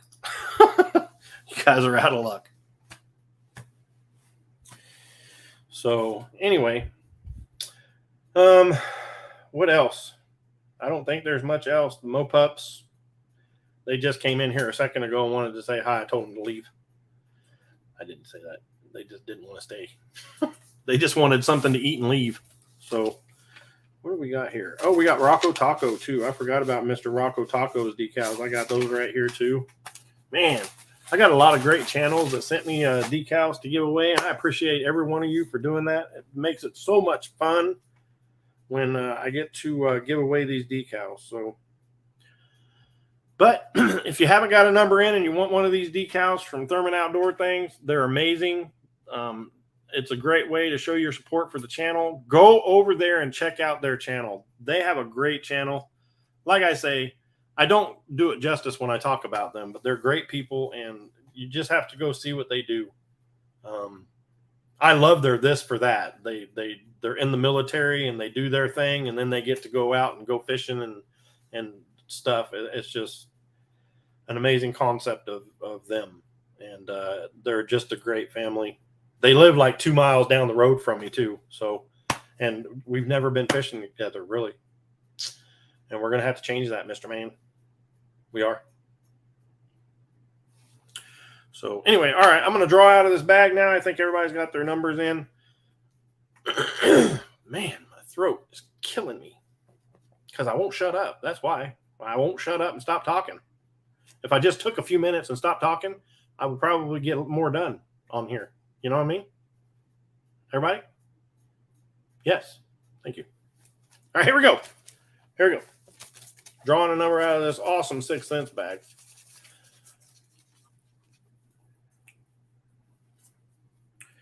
And I have a number. Oh, goodness. Well, I can tell you who won. The number is 4. The number is 4. So, congratulations to Natural State Fishing for picking 1. I will be sending you out this awesome, awesome decal. You're going to be the proud owner of a Thurman Outdoor Things decal and the Thurman Outdoor Things little deal that goes on there like that right there. Right there. You just passed my house. Nice. You just went by the railroad tracks. He always wins. All right. So I will get that out to you. Let me write that down so I don't forget. You know me. I like to forget things. Natural State Fishing. Got the TOT. There you go. There you go. What did you win? Well, I'm telling you right now, Thurman Outdoor Things wants one of your decals really bad. He didn't win it, but if you could send him one, that'd be awesome. I'm just saying. Because they're an awesome individuals. Him and his wife. And Piper. She's amazing. If you guys haven't gone over there and seen the video that he put out with his daughter walking around at the bass thing, the $1 Wheel of Fortune bet. What's his address? Hey, Mr. Thurman, can you send the Reef Robber your address, or I will get it. You got nervous. That's funny. I will get you his address, and if you could send him some of those, that would be awesome. I would send him yours, but like I said, I don't have any of yours. So, but there you go, Matt and Sophie. You guys get those. I'm going to send those out to you. Congratulations on that. And there you go, Mr. Thurman, Mrs. Diamond. Appreciate you guys very much. Thank you for coming in and hanging out. And he said, I just drove by your house. That's funny. So, here you go. Everybody take that down and start spamming him. Just kidding. Don't do that. Not nice. Not nice. Also, you guys need to go over to Natural State Fishing. Go check them out. They have some awesome, awesome videos of him and his wife, Sophie, out there fishing, and Dylan, their son, out there fishing too. I know almost everybody in here knows who they are. They are so great. Oh, all right. No problem. Yep. Thank you for coming in, though. I appreciate it, Mr. Reef Robber. Mr. Earl. I think I'm going to jump off of here, too, here in a few minutes. I appreciate you guys very much for coming in and hanging out with me. But like I said, go over there and check out Natural State Fishing. The Reef Robber, man, he's got some awesome videos over there as well. If you guys haven't gone over there and checked him out, he's always out in that bay doing crabbing or catching lingcod, or what was that other fish that you just caught? I just saw the video. I can't think of the name of it. But oh, I appreciate you, Earl. Thank you, man. Thank you very much. But you'll have to go over to his channel and find out. It was a video that he just put out. It was the first. I think it was the first one that he's caught. Yeah, that's it right there. That's it right there. So go over there and check that video out. Also, Some Old Man Outdoors is coming back, guys. Awesome channel. You know, you all love his voice when he does his voiceovers and stuff for his mail calls. Just can't wait. Can't wait. I know you guys are going to go, oh my God, no, but he's bringing his boat back to me. Yeah, he's bringing it back so that I can help him fix some more stuff. So I can help him fix some more stuff so that he can go fishing. Yeah, because he wants to go out so bad that, you know, I just felt bad the other day when I couldn't get to him. Second biggest, that's what it was. I'm sorry. I didn't mean to mess that all up. Oh, he is going to definitely get it done. We're going to get his boat going, and I can't wait for it. And it's all because we sent it over to Billy Shea. You guys know Shady Acres was fixing his boat, putting a new throttle and stuff on it, and I think some wires in there got messed up, and there's a buzzer that just keeps going off, and the electric choke doesn't work. So he's going to bring it over, and we're gonna fix that tomorrow or this weekend sometime. We're going to get that all done because he is so excited. He's got this boat that's running like it's supposed to, hopefully, and the choke on it is the only problem, really, to tell you the truth. Oh, and the tilt and trim on the console. The other one works, but the console one doesn't. I think it's just a wire that came off. But as soon as he can get that boat in the water, he has got some. How do you get it? Oh, I didn't give you a wrench. Oh, that's right, because you're a new channel. Forgot. Hold on. Let me give you your wrench. Man. There you go.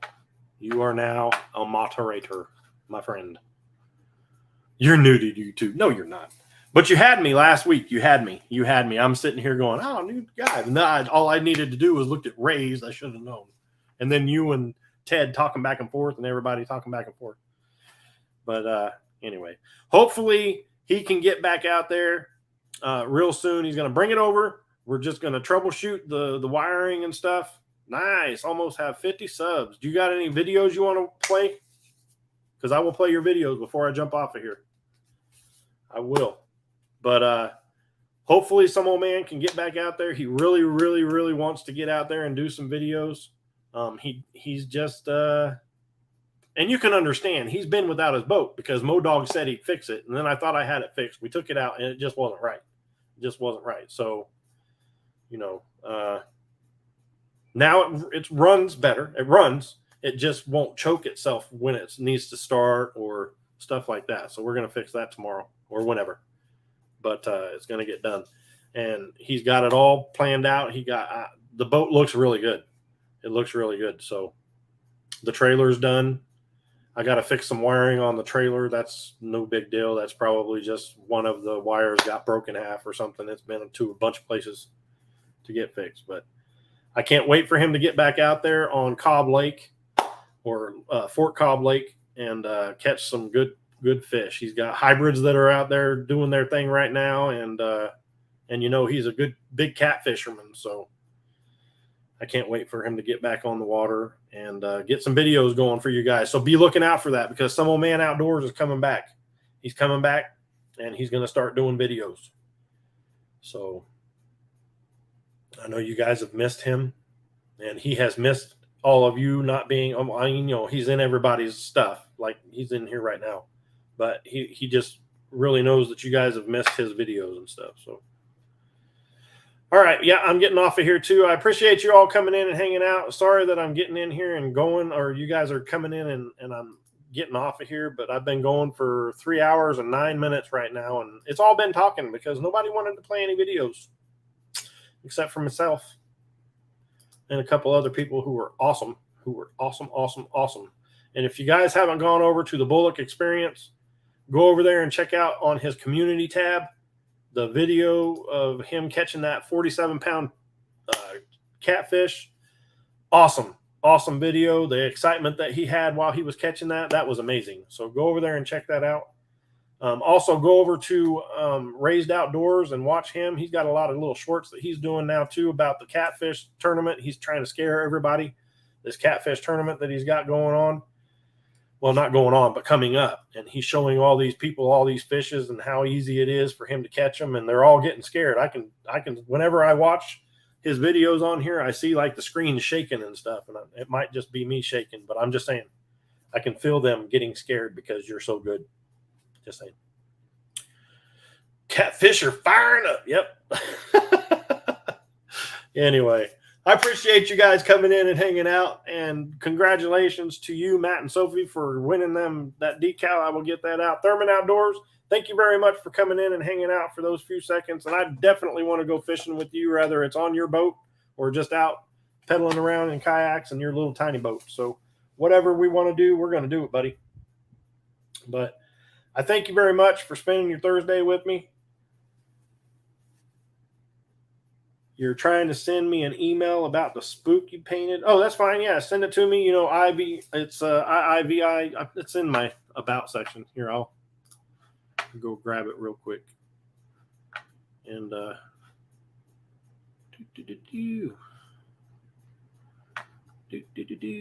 maybe.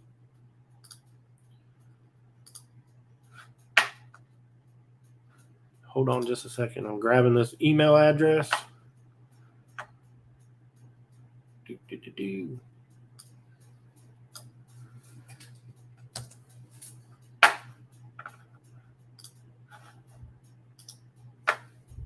Oh, you've got my email? Well, I'm going to put it in there anyway. You know why? Because I went through all this trouble. There it is. There it is. All right. I appreciate you guys hanging out with me.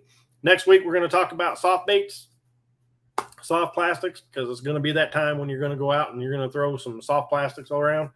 I might have to get Texas Walmack up here to help me because, you know, the ones he throws are so much better than the ones I throw for some reason. I don't understand. But we're going to talk about that. And I'll also have a video to put out because I'm going fishing on Saturday with the walking bait. Yes, sir. And the Whopper Plopper and some other stuff. So, but yeah, I appreciate you guys. Thanks for hanging out with me. You guys have a good rest of your week because it's Thursday. And you know what I say? Thursday is the last day of the week because you spend all day tomorrow wondering what you're going to do on Saturday.